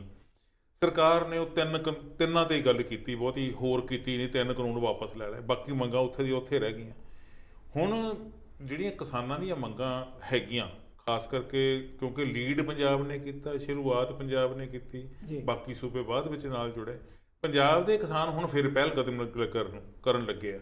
ਉਹਨਾਂ ਨੇ ਅਲਟੀਮੇਟਮ ਦਿੱਤਾ ਪੰਜਾਬ ਸਰਕਾਰ ਨੂੰ। ਪੰਜਾਬ ਸਰਕਾਰ ਪਹਿਲਾਂ ਵੀ ਪੰਜਾਬ ਸਰਕਾਰ ਸੀਗੀ ਤੇ ਕੈਪਟਨ ਅਮਰਿੰਦਰ ਸਿੰਘ ਕਹਿੰਦੇ ਕਿ ਮੈਂ ਤਾਂ ਬੜੀ ਹੁਸ਼ਿਆਰੀ ਨਾਲ ਜਿਹੜਾ ਸੀਗਾ ਮਸਲਾ ਮੈਂ ਦਿੱਲੀ ਵੱਲ ਨੂੰ ਤੋਰਤਾ। ਇਹ ਕੀ ਕਰਨਗੇ? ਐਕਚੁਅਲੀ ਨਾ ਕਿਸਾਨ ਜਥੇਬੰਦੀਆਂ ਬਹੁਤ ਵਿਕਟੋਰੀਅਸ ਹੋ ਕੇ ਉੱਥੋਂ ਨਿਕਲੀਆਂ ਸੀਗੀਆਂ, ਤੇ ਵਿਕਟੋਰੀਅਸ ਹੋਣ ਤੋਂ ਬਾਅਦ ਇਹਨਾਂ ਨੇ ਇਲੈਕਸ਼ਨ ਲੜ ਲਈ, ਤਾਂ ਇਹਨਾਂ ਦੇ ਜਿਹੜਾ ਕੇਡਰ ਹੈਗਾ ਉਹਦੇ ਵਿੱਚ ਇੱਕ ਤਰ੍ਹਾਂ ਦੀ ਨਿਰਾਸ਼ਾ ਖਿੰਡ-ਪੁੰਡ ਵੀ ਗਏ। ਹੁਣ ਉਹ ਟ੍ਰੇਡ ਯੂਨੀਅਨ ਜਿਹੜੀ ਹੈਗੀ ਆ, ਟ੍ਰੇਡ ਯੂਨੀਅਨ ਦਾ ਮਤਲਬ ਇਹ ਹੁੰਦਾ ਗਾ ਕਿ ਅਸੀਂ ਸਾਰਿਆਂ ਨੂੰ ਕਿਵੇਂ ਨਾ ਕਿਵੇਂ ਫਿਰ ਇਕੱਠੇ ਇੱਕ ਪਲੇਟਫਾਰਮ 'ਤੇ ਕਰੀਏ, ਕਿਉਂਕਿ ਉਹਨਾਂ ਨੇ ਪੋਲੀਟੀਕਲ ਲਾਈਟ ਤਾਂ ਲੜ ਨਹੀਂ ਦਿੰਦੀ। ਟ੍ਰੇਡ ਯੂਨੀਅਨ ਨੇ ਮੰਗਾਂ ਉਹ ਹੁੰਦੀਆਂ ਗਈਆਂ ਜਿਹੜੀਆਂ ਕਿ ਉਹਨਾਂ ਦੇ ਕੇਡਰ ਨਾਲ ਹੀ ਜੁੜੀਆਂ ਹੋਣ।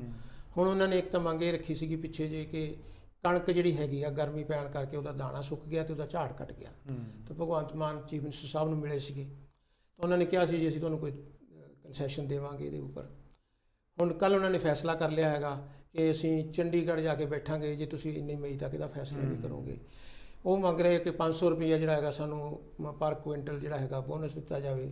ਸਰਕਾਰ ਇਸ ਸਥਿਤੀ 'ਚ ਨਹੀਂ ਹੈਗੀ ਕਿ 500 ਰੁਪਏ ਬੋਨਸ ਦੇ ਸਕੇ ਉਹਦੇ ਵਿੱਚ, ਤਾਂ ਮੈਨੂੰ ਲੱਗਦਾ ਕਿ ਉਹਨਾਂ ਨੇ ਆਪਦਾ ਨਹੀਂ, ਚਲੋ ਉਹ ਤਾਂ ਕਿਸੇ ਲੈਵਲ ਤੇ ਸਮਝੌਤਾ ਹੋ ਜਾਊ। 500 ਮੰਗਦੇ 200-250 ਤੇ ਵੀ ਹੋ ਸਕਦਾ। ਮੈਨੂੰ ਲੱਗਦਾ 200-250 ਦੇਣ ਦੀ ਸਥਿਤੀ 'ਚ ਵੀ ਸਰਕਾਰ ਹੈ ਨਹੀਂ। ਸਰਕਾਰ ਦੀ ਫਾਈਨੈਂਸ਼ੀਅਲ ਕੰਡੀਸ਼ਨ ਜਿਹੜੀ ਹੈਗੀ ਆ ਉਹ ਬੜੀ ਵਧੀਆ ਨਹੀਂ ਹੈਗੀ, ਕਿਉਂਕਿ ਰੈਵਨਿਊ ਤਾਂ ਆਇਆ ਹੀ ਨਹੀਂ ਹੈਗਾ। ਚਲੋ ਮਿਲੇ ਨਾ ਮਿਲੇ ਉਹ ਰੀਜਨਾਈਟ ਤਾਂ ਹੋ ਸਕਦੇ ਨਾ। ਹਾਂ ਬਿਲਕੁਲ ਹੁੰਦਾ ਵੀ ਉਹਨਾਂ ਨੂੰ ਟਾਈਮ ਦਿੱਤਾ ਜਾ ਸਕਦਾ। ਕਿਸਾਨਾਂ ਨੇ ਆਪਣੀ ਸਟ੍ਰੈਟਜੀ ਵਜੋਂ ਜੀ, ਕਿਉਂਕਿ ਇਹਨਾਂ ਨੇ ਸ਼ੁਰੂ ਵਿੱਚ ਇਹੀ ਗੱਲ ਕਹੀ ਸੀਗੀ, ਆਪ ਨੇ ਬਹੁਤ ਨਾ ਤੁਹਾਨੂੰ ਦੱਸਿਆ ਕਿ ਵੱਡੇ ਕਲੇਮ ਕੀਤੇ ਹੋਏ ਨੇ, ਟੌਲ ਕਲੇਮ, ਕਿ ਅਸੀਂ ਸਾਰਿਆਂ ਨੂੰ ਸੈੱਟ ਕਰ ਦਿਆਂਗੇ।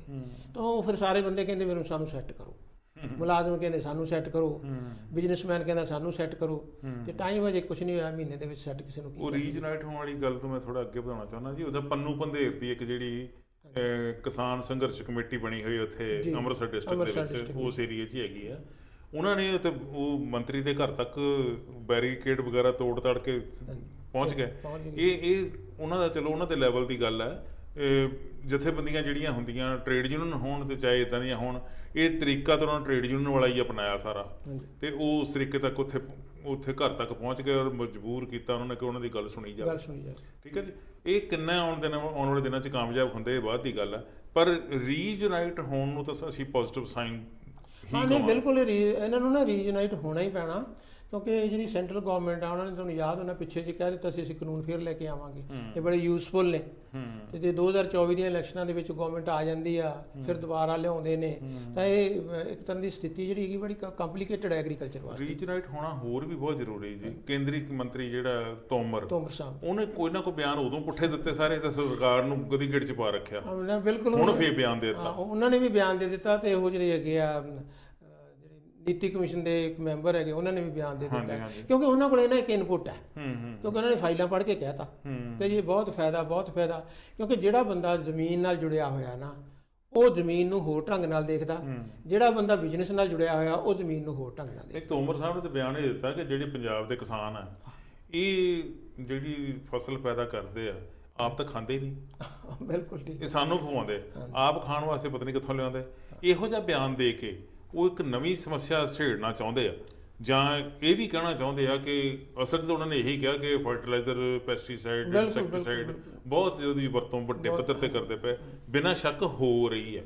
ਇਹ ਚਿੰਤਾ ਦਾ ਵਿਸ਼ਾ ਤਾਂ ਹੈਗਾ ਹੀ ਹੈ, ਪਰ ਇਸ ਤਰੀਕੇ ਨਾਲ ਗੱਲ ਕਰਕੇ ਮੈਨੂੰ ਲੱਗਦਾ ਕਿ ਕਿਸਾਨਾਂ ਨੂੰ ਇਕੱਠੇ ਕਰਨ ਦਾ ਮੌਕਾ ਦੇ ਦਿੱਤਾ ਉਹਨਾਂ ਨੇ। ਨਹੀਂ, ਮੈਨੂੰ ਐਂ ਲੱਗਦਾ ਕਿ ਜੇ ਇਹ ਗੱਲ ਕੋਈ ਐਕਸਪਰਟ ਕਹਿ ਦਿੰਦਾ, ਐਗਰੀਕਲਚਰ ਯੂਨੀਵਰਸਿਟੀ ਦਾ ਬੰਦਾ ਕਹਿ ਦੇਵੇ, ਤਾਂ ਇਹ ਗੱਲ ਦੇ ਵਿੱਚ ਵਜਨ ਹੈ। ਤੇ ਜੇ ਗੱਲ ਕੋਈ ਮਿਨਿਸਟਰ ਕਹਿੰਦਾ ਤਾਂ ਉਹਦੇ ਫਿਰ ਇੱਕ ਪੋਲੀਟੀਕਲ ਐਂਗਲ ਵੀ ਹੁੰਦਾ। ਨਹੀਂ, ਹਾਂ, ਉਹ ਤਾਂ ਹੈ, ਉਹਨਾਂ ਦਾ ਮੋਟਿਵ ਵੀ ਤਾਂ ਪੋਲੀਟੀਕਲ, ਉਹਨਾਂ ਦਾ ਪੋਲੀਟੀਕਲ ਹੈਗਾ। ਤੇ ਜਥੇਬੰਦੀਆਂ ਮੈਨੂੰ ਲੱਗਦਾ ਕਿ ਹੁਣ ਜਿਸ ਤਰ੍ਹਾਂ ਪਿੱਛੇ ਇਕੱਠੀਆਂ ਹੋਈਆਂ, ਆਉਣ ਵਾਲੇ ਸਮੇਂ ਵਿੱਚ ਜਿਹੜਾ ਐਗਰੀਕਲਚਰ ਹੈਗਾ, ਉਹ ਤੁਸੀਂ ਦੇਖਿਆ ਕੱਲ RBI ਦੀ ਮੈਂ ਇੱਕ ਰਿਪੋਰਟ ਦੇਖ ਰਿਹਾ ਸੀ, ਰਿਜ਼ਰਵ ਬੈਂਕ ਆਫ ਇੰਡੀਆ, ਉਹ ਕਹਿੰਦੇ ਵੀ ਪੈਂਡੈਮਿਕ ਦਾ ਇੰਨਾ ਇੰਪੈਕਟ ਆ ਕਿ 10-12 ਸਾਲ ਸਾਡੀ ਇਕਨੋਮੀ ਜਿਹੜੀ ਹੈਗੀ ਆ ਉਹ ਰਾਈਟ ਟਰੈਕ ਤੇ ਨਹੀਂ ਆਊ। 10-12 ਸਾਲ ਤੇ ਇਕਨੋਮੀ ਜਿਹੜੀ ਹੈਗੀ ਆ ਐਗਰੀਕਲਚਰ ਬੇਸਡ ਵੀ ਹੈਗੀ ਆ, ਬਹੁਤ ਵੱਡੀ ਐਗਰੀਕਲਚਰ।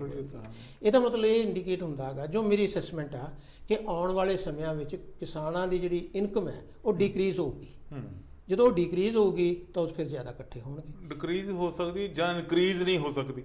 ਨਹੀਂ, ਮੈਨੂੰ ਲੱਗਦਾ ਕਿ ਡਿਕਰੀਜ਼ ਦੇ ਜ਼ਿਆਦਾ ਚਾਂਸਸ ਹੈਗੇ ਆ।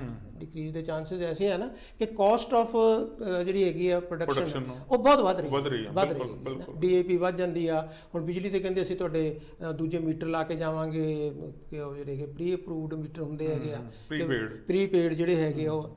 ਤਾਂ ਇਸ ਕਿਸਮ ਦੇ ਨਾਲ ਤੁਸੀਂ ਪਹਿਲਾਂ ਹੀ ਗਰੀਬ ਬੰਦਾ, ਤੇ ਗਰੀਬ ਬੰਦੇ ਦੇ ਸਿਰ ਤੇ ਤੁਸੀਂ ਸੱਟ ਮਾਰੀ ਜਾਓਗੇ, ਤਾਂ ਫਿਰ ਗਰੀਬ ਨੇ ਤਾਂ ਇਕੱਠੇ ਹੋ ਕੇ ਲੜਨਾ ਹੀ ਹੈ, ਤਾਂ ਉਹਨਾਂ ਨੂੰ ਲੜਨਾ ਵੀ ਚਾਹੀਦਾ। ਦੋ ਗੱਲਾਂ ਬੜੀਆਂ ਪੰਜਾਬ ਵਿੱਚ ਇਹਨਾਂ ਦਿਨਾਂ 'ਚ ਕਹਿ ਲਓ ਵੀ ਮੀਡੀਆ ਦੇ ਵਿੱਚ ਛਾਈਆਂ ਪਈਆਂ ਬੱਚੇ ਦੀ ਜ਼ੁਬਾਨ 'ਤੇ। ਇੱਕ ਤਾਂ ਇਹ ਹੈ ਜੀ ਕਿ ਜਿਹੜੇ ਲੋਕਾਂ ਦੇ ਉੱਤੇ ਪੋਲੀਟੀਕਲ ਵੱਡੇ ਲੀਡਰ ਲੋਕ ਹੈ, ਉਹਨਾਂ 'ਤੇ ਇਹ ਇਲਜ਼ਾਮ ਲੱਗੇ ਕਿ ਤੁਸੀਂ ਸਿਫਾਰਸ਼ੀ ਇੰਪਲੋਈ ਭਰਤੀ ਕਰਦੇ ਹੋ, ਆਪਦੇ ਪੁੱਤ ਭਤੀਜੇ ਭਰਤੀ ਕਰੀ ਜਾਂਦੇ ਹੋ। ਕੈਪਟਨ ਅਮਰਿੰਦਰ ਸਿੰਘ ਨੇ ਤਾਂ ਖੁੱਲ੍ਹੇਆਮ ਹੀ ਕਿਹਾ ਸੀਗਾ, ਆਪਦੇ ਮਿਨਿਸਟਰਾਂ ਦੇ ਧੀਆਂ ਪੁੱਤਰਾਂ ਨੂੰ ਵੀ ਕਹਿ ਦਿੱਤਾ ਸੀਗਾ ਕਿ ਇਹਨਾਂ ਨੂੰ ਅਸੀਂ ਕਿਸੇ ਨੂੰ ਤਹਿਸੀਲਦਾਰ ਬਣਾਉਣਾ ਤੇ ਕਿਸੇ ਨੂੰ ਇੱਦਾਂ। ਉਹ ਮੁੱਦਾ ਤਾਂ ਜੇ ਸੀਗਾ ਤੇ ਆ ਨਵੀਆਂ ਗੱਲਾਂ ਨਿਕਲੀਆਂ। ਸਭ ਤੋਂ ਵੱਧ ਜਿਹੜੇ ਇੰਪਲੋਇਮੈਂਟ ਦਬਾ ਸਕੇ ਆ ਉਹ ਸਪੀਕਰ ਸਾਹਿਬ, ਜਿਨ੍ਹਾਂ ਬਾਰੇ ਹੁੰਦਾ ਕਿ ਇਹ ਜੀ ਨਿਰਪੱਖ ਹੈ। ਬਿਲਕੁਲ। ਇਹ ਚਰਚਾ ਜਿਹੜੀ ਚੱਲੀ ਆ, ਇਹ ਪੋਲੀਟੀਸ਼ੀਅਨ ਕ੍ਰਾਸ ਬਾਈਪਾਸ ਕਰ ਜਾਂਦੇ ਆ, ਜਿਹੜੀਆਂ ਟਰਮਸ ਕੰਡੀਸ਼ਨ ਨੂੰ ਹੈ, ਨੋਰਮਸ ਨੂੰ ਬਾਈਪਾਸ ਕਰ ਜਾਂਦੇ। ਉਹਨਾਂ ਨੂੰ ਪ੍ਰਾਇੋਰਟੀ ਕਿਉਂ ਮਿਲ ਜਾਂਦੀ? ਪਿੱਛੇ ਜੇ ਨਾ ਆਪ ਗੌਰਮੈਂਟ ਨੇ ਜਿਹੜੇ ਸੰਧਵਾ ਸਾਹਿਬ ਲਾਏ ਨੇ ਸਪੀਕਰ, ਉਹਨਾਂ ਕੋਲੇ ਕੰਪਲੇਂਟਸ ਪਹੁੰਚੀਆਂ ਨੇ। ਇਹ ਕੰਪਲੇਂਟਸ ਨਾ ਜਦੋਂ ਭਰਤੀ ਹੋ ਰਹੀ ਸੀ, ਮੈਨੂੰ ਥੋੜ੍ਹਾ ਜਿਹਾ ਯਾਦ ਹੈ, ਇਹ ਉਸ ਟਾਈਮ ਅਖਬਾਰ ਦੇ ਵਿੱਚ ਬਹੁਤ ਆਇਆ ਸੀ, ਪੇਪਰ ਦੇ ਵਿੱਚ, ਕਿ ਜੀ ਆਪਦੇ ਬੰਦੇ ਭਰਤੀ ਹੋ ਰਹੇ ਆ। ਉਦੋਂ ਕਿਉਂਕਿ ਸਰਕਾਰ ਆਪਦੀ ਸੀਗੀ, ਸੁਣਦਾ ਕੋਈ ਨਹੀਂ, ਕਿਸੇ ਨੇ ਸੁਣਿਆ ਨਹੀਂ ਇਸ। ਤੇ ਉਹ ਕਹਿੰਦੇ ਹੁੰਦੇ ਵੀ ਦੇਰ ਆਏ ਦੁਰੁਸਤ ਆਏ।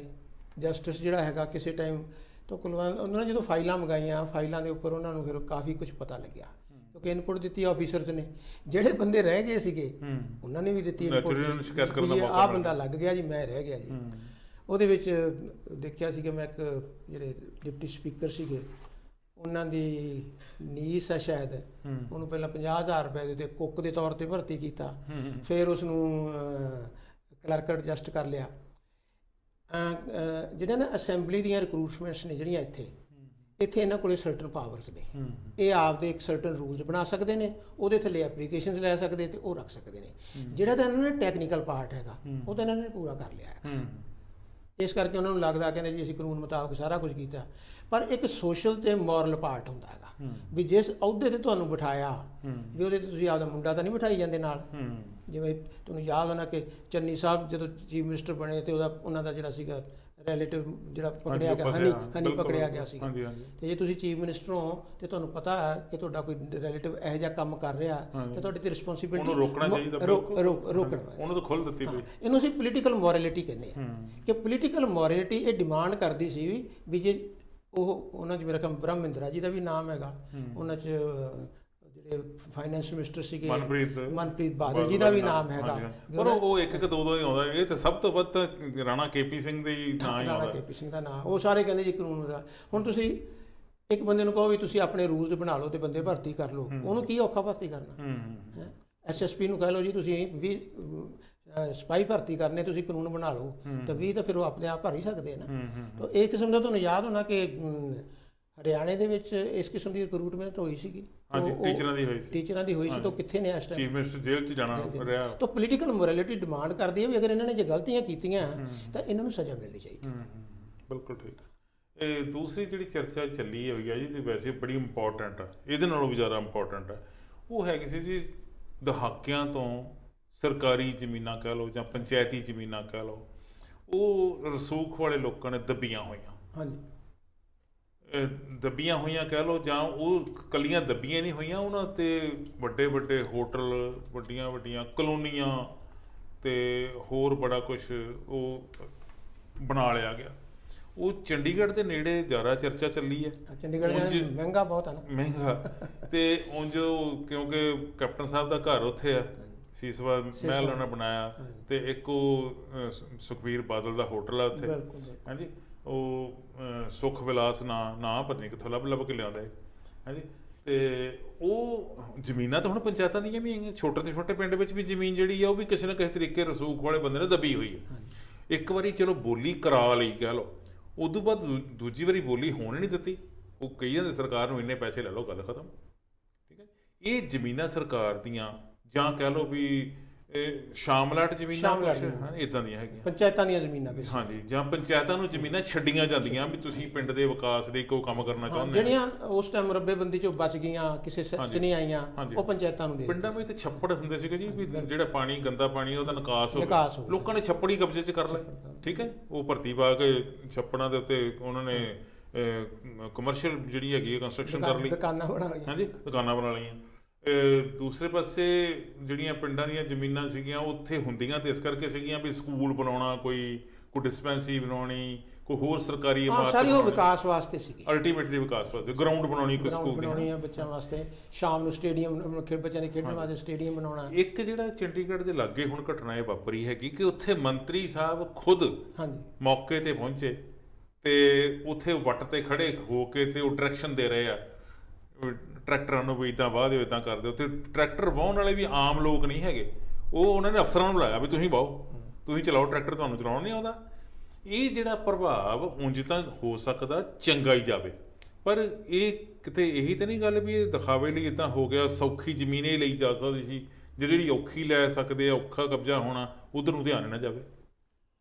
ਦੇਖੋ, ਸਰਦਾਰ ਕੁਲਦੀਪ ਸਿੰਘ ਧਾਲੀਵਾਲ ਮੇਰੇ ਖਿਆਲ ਮਿਨਿਸਟਰ ਜਿਹੜੇ ਹੈਗੇ ਆ, ਧਾਲੀਵਾਲ ਸਾਹਿਬ ਗਏ ਉੱਥੇ, ਆਪਦੀਆਂ ਫਾਈਲਾਂ ਦਾ ਹੋਮਵਰਕ ਕਰਕੇ ਲੈ ਕੇ ਗਏ ਆ, ਤੇ ਉਹਨਾਂ ਨੇ ਕਿਹਾ ਕਿ 29 ਏਕੜ ਜ਼ਮੀਨ ਸੀ। ਉਹਦਾ ਬੈਕਗ੍ਰਾਉਂਡ ਵੀ ਚੰਗੀ ਆ ਉਹਨਾਂ ਦੀ। ਹਾਂਜੀ, 29 ਏਕੜ ਜ਼ਮੀਨ ਹੈ, ਤੇ ਇਹ ਜਿਹੜੀ ਹੈਗੀ ਆ ਉਹਨਾਂ ਨੇ ਕਬਜ਼ੇ 'ਚ ਕਰ ਲਈ ਹੈਗੀ ਆ। ਇਹ ਜਿਹੜੀ ਜ਼ਮੀਨ ਹੈਗੀ ਆ ਕਾਫੀ ਦੇਰ ਦੇ ਉੱਪਰ ਇਹਦੇ ਤੇ ਆਰਡਰ ਹੋਏ ਸੀਗੇ ਵੀ ਇਸ ਨੂੰ ਵਕੇਟ ਕਰਵਾ ਲਿਆ ਜਾਵੇ। ਤਾਂ ਬਹੁਤ ਇਹ ਮੈਸੇਜ ਗਿਆ ਥੱਲੇ ਕਿ ਜੀ ਇਹ ਸਾਰੀਆਂ ਜ਼ਮੀਨਾਂ ਖਾਲੀ ਕਰਵਾ ਲੈਣਗੇ। ਤਕਰੀਬਨ 5000 ਏਕੜ ਜ਼ਮੀਨ ਕਹਿੰਦੇ ਕਿ ਇਹਨਾਂ ਕੋਲੇ ਡਾਟਾ ਹੈ, 5000 ਏਕੜ ਜ਼ਮੀਨ ਜਿਹੜੀ ਕਿ ਲੋਕਾਂ ਨੇ ਦੱਬੀ ਹੋਈ ਹੈਗੀ ਆ, ਔਰ ਬਹੁਤ ਮਹਿੰਗੀ ਜ਼ਮੀਨ ਵੀ ਹੈਗੀ ਆ। ਪਰ ਇਹਨਾਂ ਨੇ ਕੁਲਦੀਪ ਸਿੰਘ ਧਾਲੀਵਾਲ ਨੇ ਤੇ ਕਿਹਾ ਜੀ ਪੰਜਾਬ ਪੂਰੇ ਦੇ ਵਿੱਚ 1.5 ਲੱਖ ਏਕੜ ਜ਼ਮੀਨ ਸ਼ਾਇਦ ਹੋਵੇ, ਕੋਈ ਫਿਗਰ 1.5 ਲੱਖ ਏਕੜ ਜ਼ਮੀਨ ਦੱਬੀ ਹੋਈ ਲੋਕਾਂ ਨੇ ਸਕਦੀ ਹੈਗੀ। ਇਹ ਜਿਹੜੇ ਬੰਦੇ ਕੋਲੋਂ ਛਡਵਾਈ ਹੈ ਜੀ, ਕੈਪਟਨ ਬਿਕਰਮਜੀਤ ਸਿੰਘ। ਕੈਪਟਨ ਬਿਕਰਮਜੀਤ ਸਿੰਘ ਕਿਸੇ ਜ਼ਮਾਨੇ ਵਿੱਚ ਆਮ ਆਦਮੀ ਪਾਰਟੀ ਦਾ ਬੰਦਾ ਹੁੰਦਾ ਜੀ। ਮੈਂ ਨਾ ਕਿਉਂਕਿ ਇਹਦੇ ਦੋਨੋਂ ਪੱਖ ਕਿ ਕੁਲਦੀਪ ਸਿੰਘ ਧਾਲੀਵਾਲ, ਕਿਉਂਕਿ ਇਹਦੇ ਤੇ ਡਾਇਰੈਕਸ਼ਨ ਹੋਈ ਹੈਗੀ ਆ ਵੀ ਇਹਨੂੰ ਖਾਲੀ ਕਰਾਇਆ ਜਾਵੇ, 2014 'ਚ ਹੋਈ ਆ। 2014 ਤੋਂ ਤੁਸੀਂ ਦੇਖੋ ਵੀ 8 ਸਾਲ ਹੋ ਗਏ ਕਿ ਡਿਪਾਰਟਮੈਂਟ ਜਿਹੜਾ ਸੁੱਤਾ ਪਿਆ। ਪਹਿਲੀ ਗੱਲ ਤਾਂ ਇਹ ਵੀ ਉਸ ਟਾਈਮ ਦੇ ਜਿਹੜੇ ਡਾਇਰੈਕਟਰ ਨੇ ਉਹਨਾਂ ਨੂੰ ਸਸਪੈਂਡ ਕਿਉਂ ਨਹੀਂ ਕੀਤਾ? ਹੁਣ ਜੋ ਨਾਲ ਲੈ ਕੇ ਗਏ ਵੀ ਟਰੈਕਟਰ ਚਲਾਓ ਤੁਸੀਂ, ਪਹਿਲਾਂ ਉਹਨਾਂ ਨੂੰ ਸਸਪੈਂਡ ਕਰਨਾ ਚਾਹੀਦਾ ਸੀ, ਤੇ ਫਿਰ ਨਵਾਂ ਆਫੀਸਰ, ਜਿਵੇਂ ਪਟਿਆਲੇ ਨਵੇਂ ਆਫੀਸਰ ਲਾਏ, ਗਲਤੀ ਦੀ ਸਜ਼ਾ ਤਾਂ ਮਿਲਣੀ ਚਾਹੀਦੀ ਹੈ ਨਾ ਆਫੀਸਰ ਨੂੰ। ਦੂਸਰੇ ਨੂੰ ਮੈਂ ਇੱਕ ਵੀਡੀਓ ਦੇਖ ਰਿਹਾ ਸੀਗਾ, ਪਤਾ ਨਹੀਂ ਠੀਕ ਆ ਕਿ ਗਲਤ ਆ, ਕਿ ਉਹਦੇ 'ਚ ਕੈਪਟਨ ਬਿਕਰਮਜੀਤ ਸਿੰਘ ਦੀ ਇੰਟਰਵਿਊ ਆ। ਉਹ ਕਹਿੰਦੇ ਵੀ ਮੈਂ ਤਾਂ 1997 ਵਿੱਚ ਜ਼ਮੀਨ ਖਰੀਦੀ ਸੀ।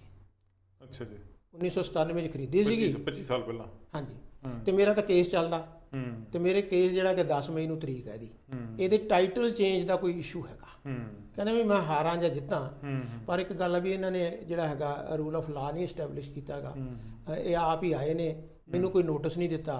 ਤਾਂ ਉਹਨਾਂ ਨੇ ਕੀ ਕੀਤਾ ਹੈਗਾ, ਕਿਉਂਕਿ ਸਾਡਾ ਨਾ ਲੀਗਲ ਸਿਸਟਮ, ਇਹ ਤੁਸੀਂ ਕਿਸੇ ਕੇਸ ਨੂੰ ਚਾਹੇ 20 ਸਾਲ ਲਮਕਾ ਦਿਓ, ਦੇਖੋ ਨਾ 14 ਦਾ ਤਾਂ ਹੈਗਾ ਹੀ, 8 ਉੱਪਰ ਦੀ ਹੋ ਗਏ। ਉਹਨਾਂ ਨੇ ਹੁਣ ਕੀ ਕੀਤਾ ਕਿ ਮੈਂ ਇੰਟਰਵਿਊ ਸੁਣ ਰਿਹਾ ਸੀਗਾ, ਉਹ ਕਹਿੰਦੇ ਮੈਂ 5 ਕਰੋੜ ਦਾ ਮਾਨਹਾਨੀ ਦਾ ਨੋਟਿਸ ਜਿਹੜਾ ਉਹ ਡਾਇਰੈਕਟਰ ਰੂਰਲ ਡਿਵੈਲਪਮੈਂਟ ਨੂੰ ਦੇ ਰਿਹਾ ਵੀ ਤੁਸੀਂ ਪ੍ਰੋਸੀਜਰ ਫੋਲੋ ਨਹੀਂ ਕੀਤਾ ਗਾ। ਤੇ ਜਦੋਂ ਨੋਟਿਸ ਜਾਊਗਾ ਵਕੀਲ ਦਾ, ਇਹ ਗੱਲ ਕਿੱਧਰ ਨੂੰ ਜਾਊਗੀ, ਤੇ ਮੈਸੇਜ ਥੱਲੇ ਕੀ ਜਾਊਗਾ ਵੀ ਸਰਕਾਰ ਕਮਜ਼ੋਰ ਆ ਕਿ ਕੈਪਟਨ ਬਿਕਰਮਜੀਤ ਸਿੰਘ ਜਿਹੜੇ ਹੈਗੇ ਸਟਰੋਂਗ ਹੈ ਤੇ ਕੇਸ ਕੀ ਹੈਗਾ। ਤਕਰੀਬਨ ਜਿੰਨੀਆਂ ਜ਼ਮੀਨਾਂ ਦੱਬੀਆਂ ਹੋਈਆਂ ਨੇ ਸਾਰੀਆਂ ਜ਼ਮੀਨਾਂ ਦੇ ਕੇਸ ਚੱਲਦੇ ਆ।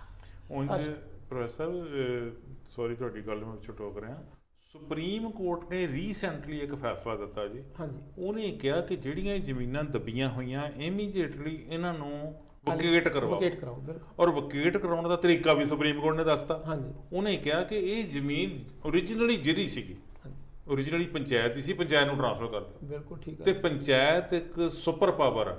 ਦੇਖੋ ਆਪਾਂ ਨੂੰ ਲੱਗਦਾ ਕਿ ਪੰਚਾਇਤ ਕੁਝ ਨਹੀਂ ਕਰ ਸਕਦੀ। ਨਹੀਂ, ਪੰਚਾਇਤੀ ਰਾਜ ਐਕਟ ਦੇ ਵਿੱਚ ਬਹੁਤ ਵੱਡੀ ਪਾਵਰ, ਬੜੀ ਵੱਡੀ ਪਾਵਰ। ਬਿਲਕੁਲ ਠੀਕ ਗੱਲ ਆ। ਤੇ ਉਹਦੇ ਵੱਲੋਂ ਆਮ ਅਜਲਾਸ ਦੇ ਵਿੱਚ ਇਹ ਭਈ ਜੇ ਮਤਾ ਪਾਸ ਹੋ ਜਾਵੇ ਕਿ ਇਹ ਜ਼ਮੀਨ ਜਿਹੜੀ ਮਰਜ਼ੀ ਧੱਕੜ ਦੀ ਕੀਤੀ ਹੋਈ ਆ ਕਬਜ਼ੇ 'ਚ, ਇਹਨੂੰ ਛੁਡਾਇਆ ਜਾਵੇ, ਤੇ ਸੁਪਰੀਮ ਕੋਰਟ ਇਸ ਗੱਲ ਦੀ ਸ਼ਾਦੀ ਭਰਦੀ ਗਰੰਟੀ ਦਿੰਦੀ ਆ ਵੀ ਉਹ ਵਾਪਸ ਲੈ ਸਕਦੇ, ਉਹ ਤੁਸੀਂ ਪੁਲਿਸ ਨੂੰ ਕਾਲ ਕਰ ਸਕਦੇ ਹੋ ਤੇ ਕਬਜ਼ਾ ਲੈ ਸਕਦੇ। ਬਿਲਕੁਲ ਨਾ, ਪੰਚਾਇਤੀ ਰਾਜ ਐਕਟ ਦੇ ਵਿੱਚ ਨਾ ਪੰਚਾਇਤਾਂ ਨੂੰ ਬਹੁਤ ਪਾਵਰਸ ਨੇ ਉਹ, ਪਰ ਕਿਉਂਕਿ ਨਾ ਥੱਲੇ ਨਾ ਤਾਂ ਪੰਚਾਇਤੀ ਰਾਜ ਐਕਟ ਕਿਸੇ ਨੇ ਪੜ੍ਹਿਆ ਹੈਗਾ। ਸੈਕੰਡਲੀ ਕੀ ਹੁੰਦਾ ਕਿ ਪਹਿਲੀ ਪੰਚਾਇਤ ਦੇ ਸਰਪੰਚ ਨੇ ਕਈ ਵਾਰੀ ਦੱਬੀ ਹੁੰਦੀ, ਐਕਟ ਕਿੱਥੇ ਲਾਗੂ ਕਰੋਗੇ ਤੁਸੀਂ। ਨਾਰਮਲੀ ਇਹਨਾਂ ਨੂੰ ਇਨਫਲੂਐਂਸ਼ੀਅਲ ਬੰਦਿਆਂ ਨੇ ਨੱਪਿਆ। ਇਨਫਲੂਐਂਸ਼ੀਅਲ ਬੰਦੇ ਜਿਹੜੇ ਹੈਗੇ ਆ ਉਹ ਕਾਨੂੰਨ ਨੂੰ ਇੱਧਰ ਉੱਧਰ ਘੁਮਾ ਦਿੰਦੇ ਹੈਗੇ। ਨਹੀਂ, ਉਹ ਵੀ ਨਾਲ ਹੀ ਹੈ ਜੀ। ਹਾਂ, ਉਹ ਵੀ ਨਾਲ ਹੀ ਹੁੰਦੇ ਆ, ਐਡਮਿਨਿਸਟ੍ਰੇਸ਼ਨ ਤਾਂ ਨਾਲ ਹੀ ਹੈ। ਇਹਦੇ ਤੇ ਗਵਰਨਮੈਂਟ ਨੂੰ, ਮਾਨ ਸਾਹਿਬ ਦੀ ਗਵਰਨਮੈਂਟ ਨੂੰ ਇੱਕ ਕੰਮ ਕਰਨਾ ਚਾਹੀਦਾ ਕਿ ਇੱਕ ਇਮੀਡੀਏਟਲੀ ਇੱਕ ਕਮਿਸ਼ਨ ਬਣਾਉਣਾ ਚਾਹੀਦਾ ਹੈਗਾ, ਤਾਂ ਜਿੰਨੇ ਸਾਰੇ ਕੇਸ ਆ ਉਹਦੇ ਕੋਲ ਟ੍ਰਾਂਸਫਰ ਕਰ ਦੇਣੇ ਚਾਹੀਦੇ ਨੇ ਤੇ ਟਾਈਮ ਬਾਉਂਡ ਡਿਸੀਜਨ ਕਰ ਦੇਣੇ ਚਾਹੀਦੇ ਨੇ। ਇਹ ਤਾਂ ਭਗਵੰਤ ਮਾਨ ਉਂਝ ਆਪਦੇ ਦਫ਼ਤਰ 'ਚ ਬੈਠੇ ਹੀ ਇਹ ਕਹਿ ਦੇਣ ਕਿ ਸਰਪੰਚ ਸਾਹਿਬਾਨ ਧਿਆਨ ਦਿਓ, ਸਾਰੀਆਂ ਜ਼ਮੀਨਾਂ ਤੁਹਾਡੇ ਨਾਂ ਤੇ ਟ੍ਰਾਂਸਫਰ ਕਰਾਓ ਇਮੀਡੀਏਟਲੀ, ਤੇ ਸਾਰੇ ਅਜਲਾਸ ਵਿੱਚ ਮਤੇ ਪਾਸ ਕਰਕੇ ਤੇ ਮੈਨੂੰ ਭੇਜ ਦਿਓ, ਮੈਂ ਆਪੇ ਕਰਾ ਦੂੰ ਬਾਕੀ ਕੰਮ। ਇਹ ਸੌਖਾ ਜਿਹਾ ਕੰਮ ਹੈ। ਇਹ ਵੀ ਸੌਖਾ ਨਾ, ਕਿਉਂਕਿ ਇਹ ਸਬਜੂਡਾਈਜ਼ ਕੇਸ ਨੇ, ਉਤੋਂ ਕੇਸ ਵਾਪਸ ਲੈਣੇ ਨੇ, ਇਹਨਾਂ ਨੂੰ ਕੋਈ ਕਾਨੂੰਨ ਵੀ ਬਣਾਉਣਾ ਪਊਗਾ ਕਿ ਆਹ ਜਿਹੜੇ ਸਬਜੂਡਾਈਜ਼ ਕੇਸ ਨੇ ਇਸ ਧਾਰਾ ਦੇ ਥੱਲੇ ਅਸੀਂ ਸੁਪਰੀਮ ਕੋਰਟ ਨਾਲ ਸਭ ਕੁਝ। ਉਹੀ ਨਾ ਗੱਲ ਕਿ ਪ੍ਰੋਸੀਜਰ ਫੋਲੋ ਕਰ, ਜੇ ਪ੍ਰੋਸੀਜਰ ਫੋਲੋ ਨਹੀਂ ਨਾ ਕਰਨਗੇ ਤਾਂ ਲੋਕੀ ਸੁਪਰੀਮ ਕੋਰਟ ਚਲੇ ਜਾਣਗੇ ਵੀ ਜਿਹਨਾਂ ਨੇ ਪ੍ਰੋਸੀਜਰ ਫੋਲੋ ਨਹੀਂ ਕੀਤਾ ਉਹ ਨਵਾਂ ਕੇਸ ਚੱਲੂਗਾ ਤੇ 5 ਸਾਲ ਚੰਗ ਫਿਰ ਲੱਗ ਜਾਣਗੇ। ਮਤਲਬ ਕਿ ਲੂਪ ਹੋਲ ਨੂੰ ਸਾਰੇ ਨੂੰ ਪਲੱਗ ਕਰ ਦੇਣਾ ਚਾਹੀਦਾ ਪਹਿਲਾਂ, ਲੂਪ ਹੋਲ ਪਲੱਗ ਕਰਨ ਤੋਂ ਬਾਅਦ ਇਮੀਡੀਏਟਲੀ ਉਹਨੂੰ ਲਾਗੂ ਕਰਨਾ ਚਾਹੀਦਾ। ਕੋਈ ਕੰਮ ਐਸਾ ਨਹੀਂ ਕਰਨਾ ਚਾਹੀਦਾ ਕਿ ਜਿਹਦੇ 'ਚ ਲੂਪ ਹੋਲ ਹੋਵੇ। ਅੱਗੇ ਸਰਕਾਰਾਂ ਕੀ ਕਰਦੀਆਂ ਸੀਗੀਆਂ, ਮਿਨਿਸਟਰ ਕੀ ਕਰਦੇ ਸੀਗੇ, ਥੋੜੇ ਬਹੁਤੇ ਲੂਪ ਹੋਲ ਜਿਹੜੇ ਛੱਡ ਦਿੰਦੇ ਸੀ, ਤਾਂ ਉਹ ਕਹਿੰਦੇ ਸੀ ਕੋਈ ਗੱਲ ਨਹੀਂ, ਅਸੀਂ ਆਪਦਾ ਕੰਮ ਕਰ ਲਿਆ, ਤੁਸੀਂ ਆਪਦਾ ਕੰਮ ਕਰ ਲਿਓ। ਇੱਕ ਅਧਿਕਾਰੀ ਨੇ ਇਹ ਗੱਲ ਕਹੀ ਕਿ ਜੇ ਇਸੇ ਪਾਸੇ ਤੁਰਨਾ ਪਿਆ, ਸੁਪਰੀਮ ਕੋਰਟ ਦੀ ਡਾਇਰੈਕਸ਼ਨਸ ਦੇ ਮੁਤਾਬਕ, ਉਹਦੇ ਫੈਸਲੇ ਦੇ ਮੁਤਾਬਕ ਤੁਰਨਾ ਪਿਆ, ਤੇ ਅੱਧਾ ਮਹਿਕਮਾ ਜਿਹੜਾ ਸਸਪੈਂਡ ਕਰਨਾ ਪੈ ਸਕਦਾ। ਬਿਲਕੁਲ ਪੈ ਸਕਦਾ। ਹੁਣ ਇਹ ਹੈ ਕਿ ਇੱਕ ਪੰਚਾਇਤ ਦੀ ਜ਼ਮੀਨ ਤੇ ਕਬਜ਼ਾ ਹੋ ਗਿਆ, ਉਹਦੇ ਲਈ ਘੱਟੋ ਘੱਟ ਜ਼ਿੰਮੇਵਾਰ ਪੰਚਾਇਤ ਦਾ ਸਰਪੰਚ ਪਹਿਲਾਂ, ਸਰਪੰਚ ਪੰਚ ਉਹ ਵੀ ਮਤੇ ਮੁਤੇ ਜੇ ਜਾਲੀ ਫੜੀ ਬਣਾਉਂਦੇ ਆ, ਖਾਲੀ ਕਾਗਜ਼ਾਂ ਨਾਲ ਸਾਈਨ ਕਰਾਉਂਦੇ, ਅੰਗੂਠੇ ਲਵਾ ਲੈਂਦੇ ਮੈਂਬਰਾਂ। ਮੈਨੂੰ ਪਤਾ ਕਿਵੇਂ, ਠੀਕ ਹੈ ਜੀ। ਉਸ ਤੋਂ ਬਾਅਦ ਫਿਰ BDO ਦਫ਼ਤਰ ਹੋ ਗਿਆ, ਫਿਰ ਜ਼ਿਲ੍ਹਾ ਪ੍ਰੀਸ਼ਦ ਹੋ ਗਿਆ, ਫਿਰ ADC ਹੋ ਗਿਆ, ਹੈ ਜੀ। ਇਹ ਸਾਰੇ ਮਹਿਕਮੇ ਫਿਰ ਮਤਲਬ ਸਟੇਟ ਪੱਧਰ ਦੇ ਜਿਹੜੇ ਪੰਚਾਇਤੀ ਰਾਜ ਨਾਲ ਸੰਬੰਧਿਤ ਅਫਸਰ ਹੈਗੇ ਆ, ਸਾਰੇ ਹੀ ਕਿਤੇ ਨਾ ਕਿਤੇ ਜ਼ਿੰਮੇਵਾਰ ਆ। ਬਿਲਕੁਲ। ਇੱਕ ਫਿਰ ਜਿਹਨਾਂ ਨੂੰ ਕਲੀਨਜਿੰਗ ਪ੍ਰੋਸੈਸ ਆ, ਇੱਕ ਸਿਟਿੰਗ ਜੱਜ ਲਾ ਦੇਣ ਤੇ ਸਾਰਾ ਕੇਸ ਉਹਨਾਂ ਨੂੰ ਦੇ ਦੇਣ ਤੇ ਕਹਿ ਦੇਣ ਵੀ 1 ਸਾਲ ਦੇ ਅੰਦਰ ਅੰਦਰ ਸਾਰੀਆਂ ਟ੍ਰਾਂਸਫਰ ਕਰਵਾ ਦਿਓ, ਹੋ ਜਾਣਗੇ। ਐਸੀ ਗੱਲ ਨਹੀਂ। ਜੇ 1.5 ਲੱਖ ਏਕੜ ਜ਼ਮੀਨ ਆ ਜਾਂਦੀ, ਜ਼ਮੀਨ ਹੈਗੀ ਆ, ਤੇ ਜਿਹੜਾ 3 ਕਰੋੜ ਦਾ ਕਹਿੰਦੇ 300 ਕਰੋੜ ਦਾ 3 ਲੱਖ ਕਰੋੜ ਦਾ ਹੈਗਾ ਕਰਜ਼ਾ, ਮੈਨੂੰ ਤਾਂ ਲੱਗਦਾ ਨਹੀਂ ਉਹ ਇੱਕ ਮਿੰਟ ਵੀ ਲੱਗੂਗਾ ਸਾਫ਼ ਹੋਣ ਲੱਗਿਆ। ਬੇਸਿਕਲੀ ਕਿ ਉਹਦੇ ਨਾਲ ਕੀ ਪੰਚਾਇਤਾਂ ਦੀ ਇੰਨੀ ਇਨਕਮ ਵੱਧ ਜੂਗੀ, ਉਹਦੇ ਨਾਲ ਪੰਚਾਇਤਾਂ ਦੀ ਇਨਕਮ ਦੇ ਨਾਲ ਸਾਰਾ ਪਿੰਡਾਂ ਦਾ 12-13 ਹਜ਼ਾਰ ਪਿੰਡ ਜਿਹੜੇ ਹੈਗੇ ਆ ਉਹਨਾਂ ਦੀ ਡਿਵੈਲਪਮੈਂਟ ਸ਼ੁਰੂ ਹੋ ਜੂਗੀ, ਤੇ ਸਰਕਾਰ ਨੂੰ ਤਾਂ ਇੱਕ ਪੈਸਾ ਵੀ ਨਹੀਂ ਦੇਣਾ ਪੈਣਾ ਉਹਦੇ। ਬਿਲਕੁਲ, ਕਿਉਂਕਿ ਉਹ ਪੈਸਾ ਤਾਂ ਸਰਕਾਰ ਨਹੀਂ ਲੈ ਸਕਦੀ ਗੀ। ਅਲਟੀਮੇਟਲੀ ਪੰਚਾਇਤਾਂ ਨੂੰ ਗਵਰਨਮੈਂਟ ਤੋਂ ਹੀ ਮਦਦ ਮਿਲਦੀ, ਉਹਨਾਂ ਕੋਲ ਆਪਦੇ ਸਾਧਨ ਨਹੀਂ ਹੁੰਦੇ। ਉਹਨਾਂ ਦੇ ਸਾਧਨ ਨਹੀਂ ਹੁੰਦੇ, ਤੇ ਜੇ ਤੁਸੀਂ ਉਹਨਾਂ ਦੇ ਸਾਧਨ ਉਹਨਾਂ ਨੂੰ ਰਿਸਟੋਰ ਕਰ ਦਿੰਦੇ ਹੋ ਤਾਂ ਉਹ ਉਹਦੇ ਤੇ ਡਿਵੈਲਪਮੈਂਟ ਕਰ ਸਕਦੇ ਹੈ। ਚਲੋ, ਇਹ ਤਾਂ ਇੱਕ ਮੈਨੂੰ ਲੱਗਦਾ ਕਿ ਇੱਕ ਤਾਂ ਅਫਸਰਾਂ ਦੇ ਲੈਵਲ ਦੀ ਗੱਲ ਹੁੰਦੀ ਕਿ ਉਹ ਵਿਲ ਪਾਵਰ ਉਹਨਾਂ ਕੋਲ ਹੋਵੇ। ਮੈਂ ਤਾਂ ਮੇਰਾ ਤਜਰਬਾ ਜਿਹੜਾ ਲਾਈਫ ਦਾ ਹੈ, ਜਿਹੜਾ ਮਾਈਂਡ ਸੈਟ ਸਾਡੇ ਆਫੀਸਰਸ ਦਾ, ਇਹ ਬਹੁਤ ਜਿਹਨੂੰ ਕਹਿੰਦੇ ਹੁੰਦੇ ਆ ਲਿਥਾਰਜਿਕ ਹੈ।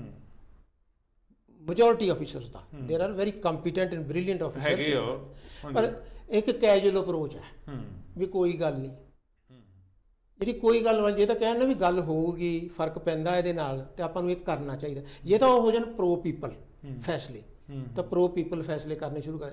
ਬੇਸਿਕਲੀ ਪ੍ਰੋ ਇੰਡੀਵਿਜੂਅਲਸ ਨਹੀਂ, ਪ੍ਰੋ ਸਿਫਾਰਿਸ਼ ਨਹੀਂ ਵੀ ਉੱਪਰੋਂ ਕਾਲ ਕਿਹਦੀ ਆਈ ਹੈਗੀ ਆ। ਅਗਰ ਇਹ ਮਾਈਂਡ ਸੈਟ ਜਿੰਨਾ ਚਿਰ ਚੇਂਜ ਨਹੀਂ ਹੋਊਗਾ ਸਾਡੇ ਆਫੀਸਰਸ ਦਾ, ਚਾਹੇ ਉਹ ਪੁਲਿਸ ਆ, ਚਾਹੇ ਉਹ ਸਾਡੀ ਬਿਊਰੋਕ੍ਰੇਸੀ ਆ, ਚਾਹੇ ਐਸਡੀਐਮ ਪਰ ਲੈਵਲ। ਅਫਸਰ ਵੀ ਸਾਹਿਬ ਡਰਦੇ ਆ ਪੋਲੀਟੀਕਲ ਬੰਦਿਆਂ ਤੋਂ। ਨਹੀਂ, ਪੋਲੀਟੀਕਲ ਬੰਦਿਆਂ ਤੋਂ ਡਰਨ ਦੀ ਆਫੀਸਰਸ ਨੂੰ ਲੋੜ ਨਹੀਂ, ਲੋੜ ਨਹੀਂ ਹੁੰਦੀ ਬੇਸ਼ੱਕ, ਕਿਉਂਕਿ ਜੇ ਕਰਪਸ਼ਨ ਆ ਤਾਂ ਡਰਦੇ ਆ। ਹੂੰ। ਕਿਉਂ ਲੱਗਦਾ ਕਿ ਜੇ ਮੈਂ ਲੁਧਿਆਣੇ ਬੈਠਾ ਤੇ ਮੈਨੂੰ ਫਿਰੋਜ਼ਪੁਰ ਲਾ ਦਿੱਤਾ ਤੇ ਮੇਰੇ ਤਾਂ ਸਾਰਾ ਕੰਮ ਹੀ ਇੱਧਰ ਉੱਧਰ ਹੋ ਜਾਊਗਾ।